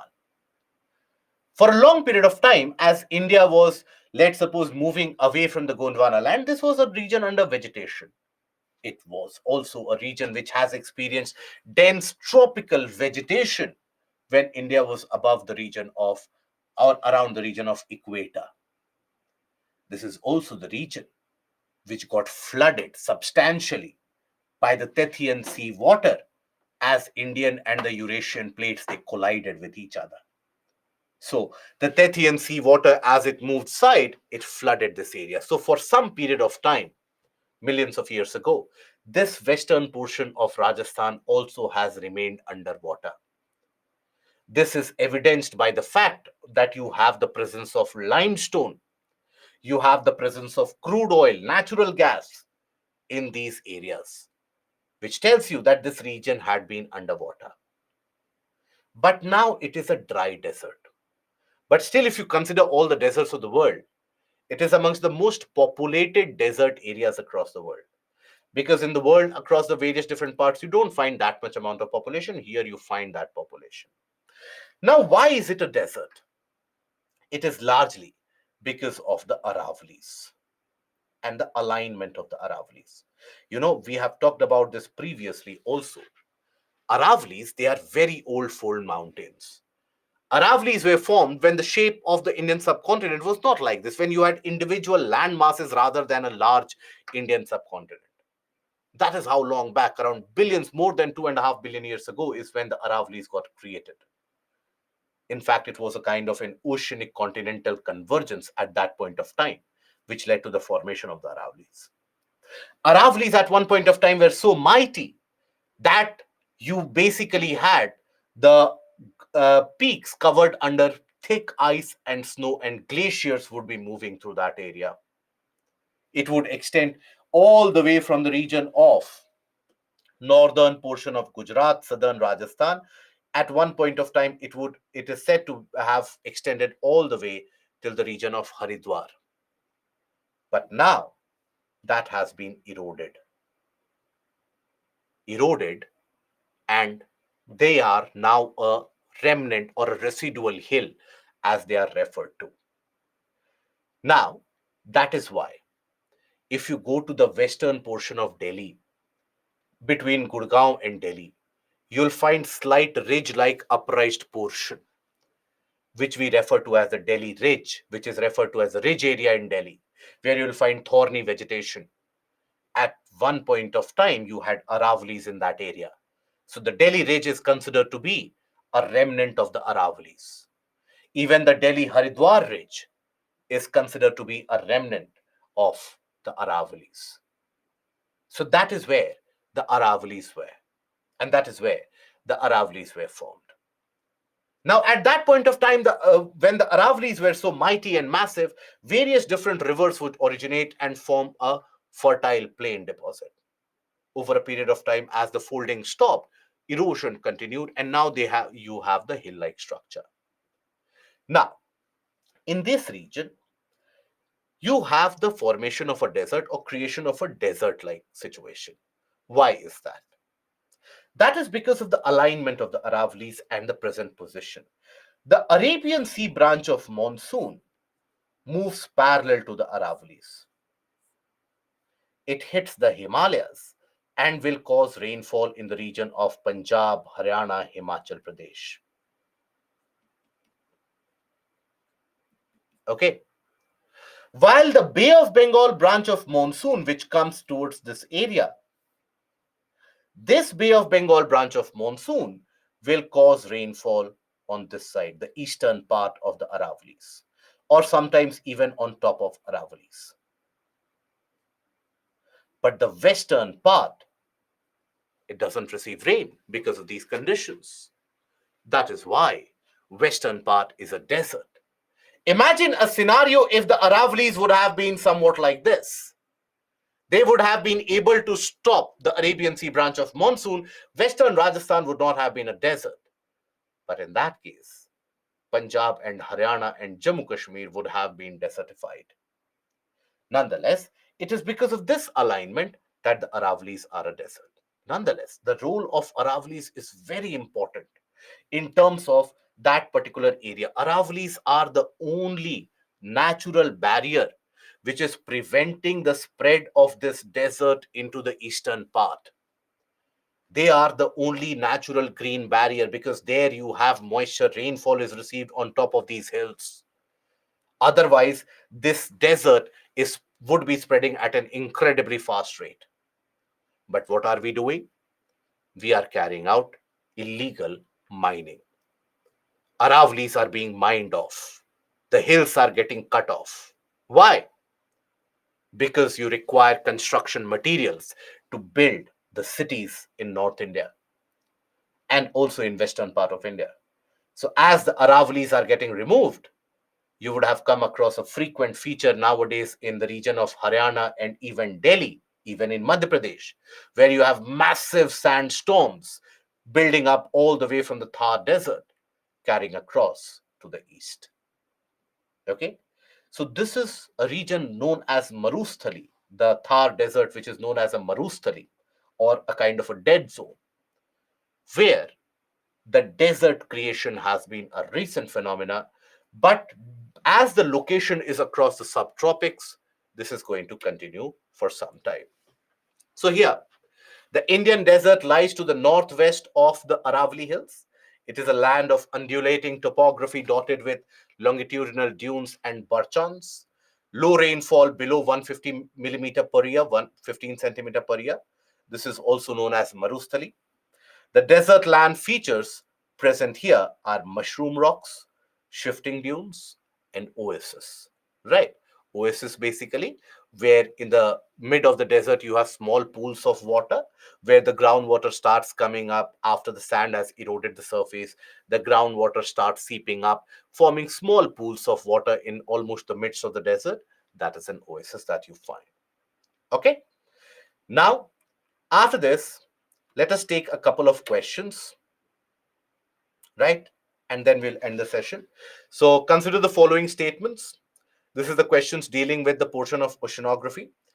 In the tropical zone, the western section of the oceans are warmer. In the tropical zone, the western sections of the oceans are warmer than the eastern sections owing to the influence of trade winds. In the temperate zone, the westerlies make the eastern sections of the oceans warmer than the western sections. Which of the statements given above is or are correct?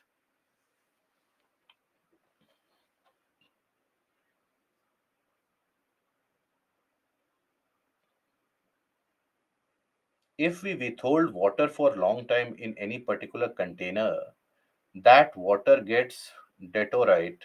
But if we withhold water of Ganga River, because of the certain kind of microbes, bacterium that you find, which has got certain curative properties, that is why.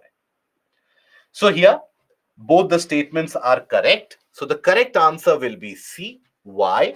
Because when we talk about the tropical zone, when we talk about the region of the tropics, the western section will experience what? They will experience downwelling in action. And due to that downwelling, the temperature increases. So that is correct. And when we talk about the temperate areas, the westerlies, they will carry out downwelling in the eastern section of the oceans. So this is also going to be correct. So the correct answer is going to be C, both 1 and 2. The most important fishing grounds in the world are found in regions where warm and cold atmospheric currents meet. Rivers drain out large amount of fresh water into the sea. Warm and cold oceanic currents meet, and continental shelf is undulating. I'll give you 15 seconds for this.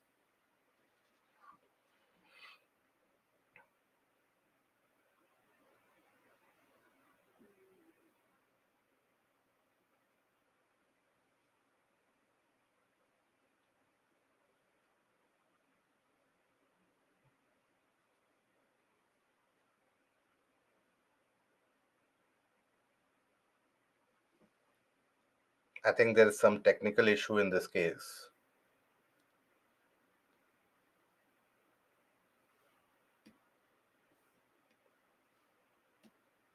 So here, again, if we go,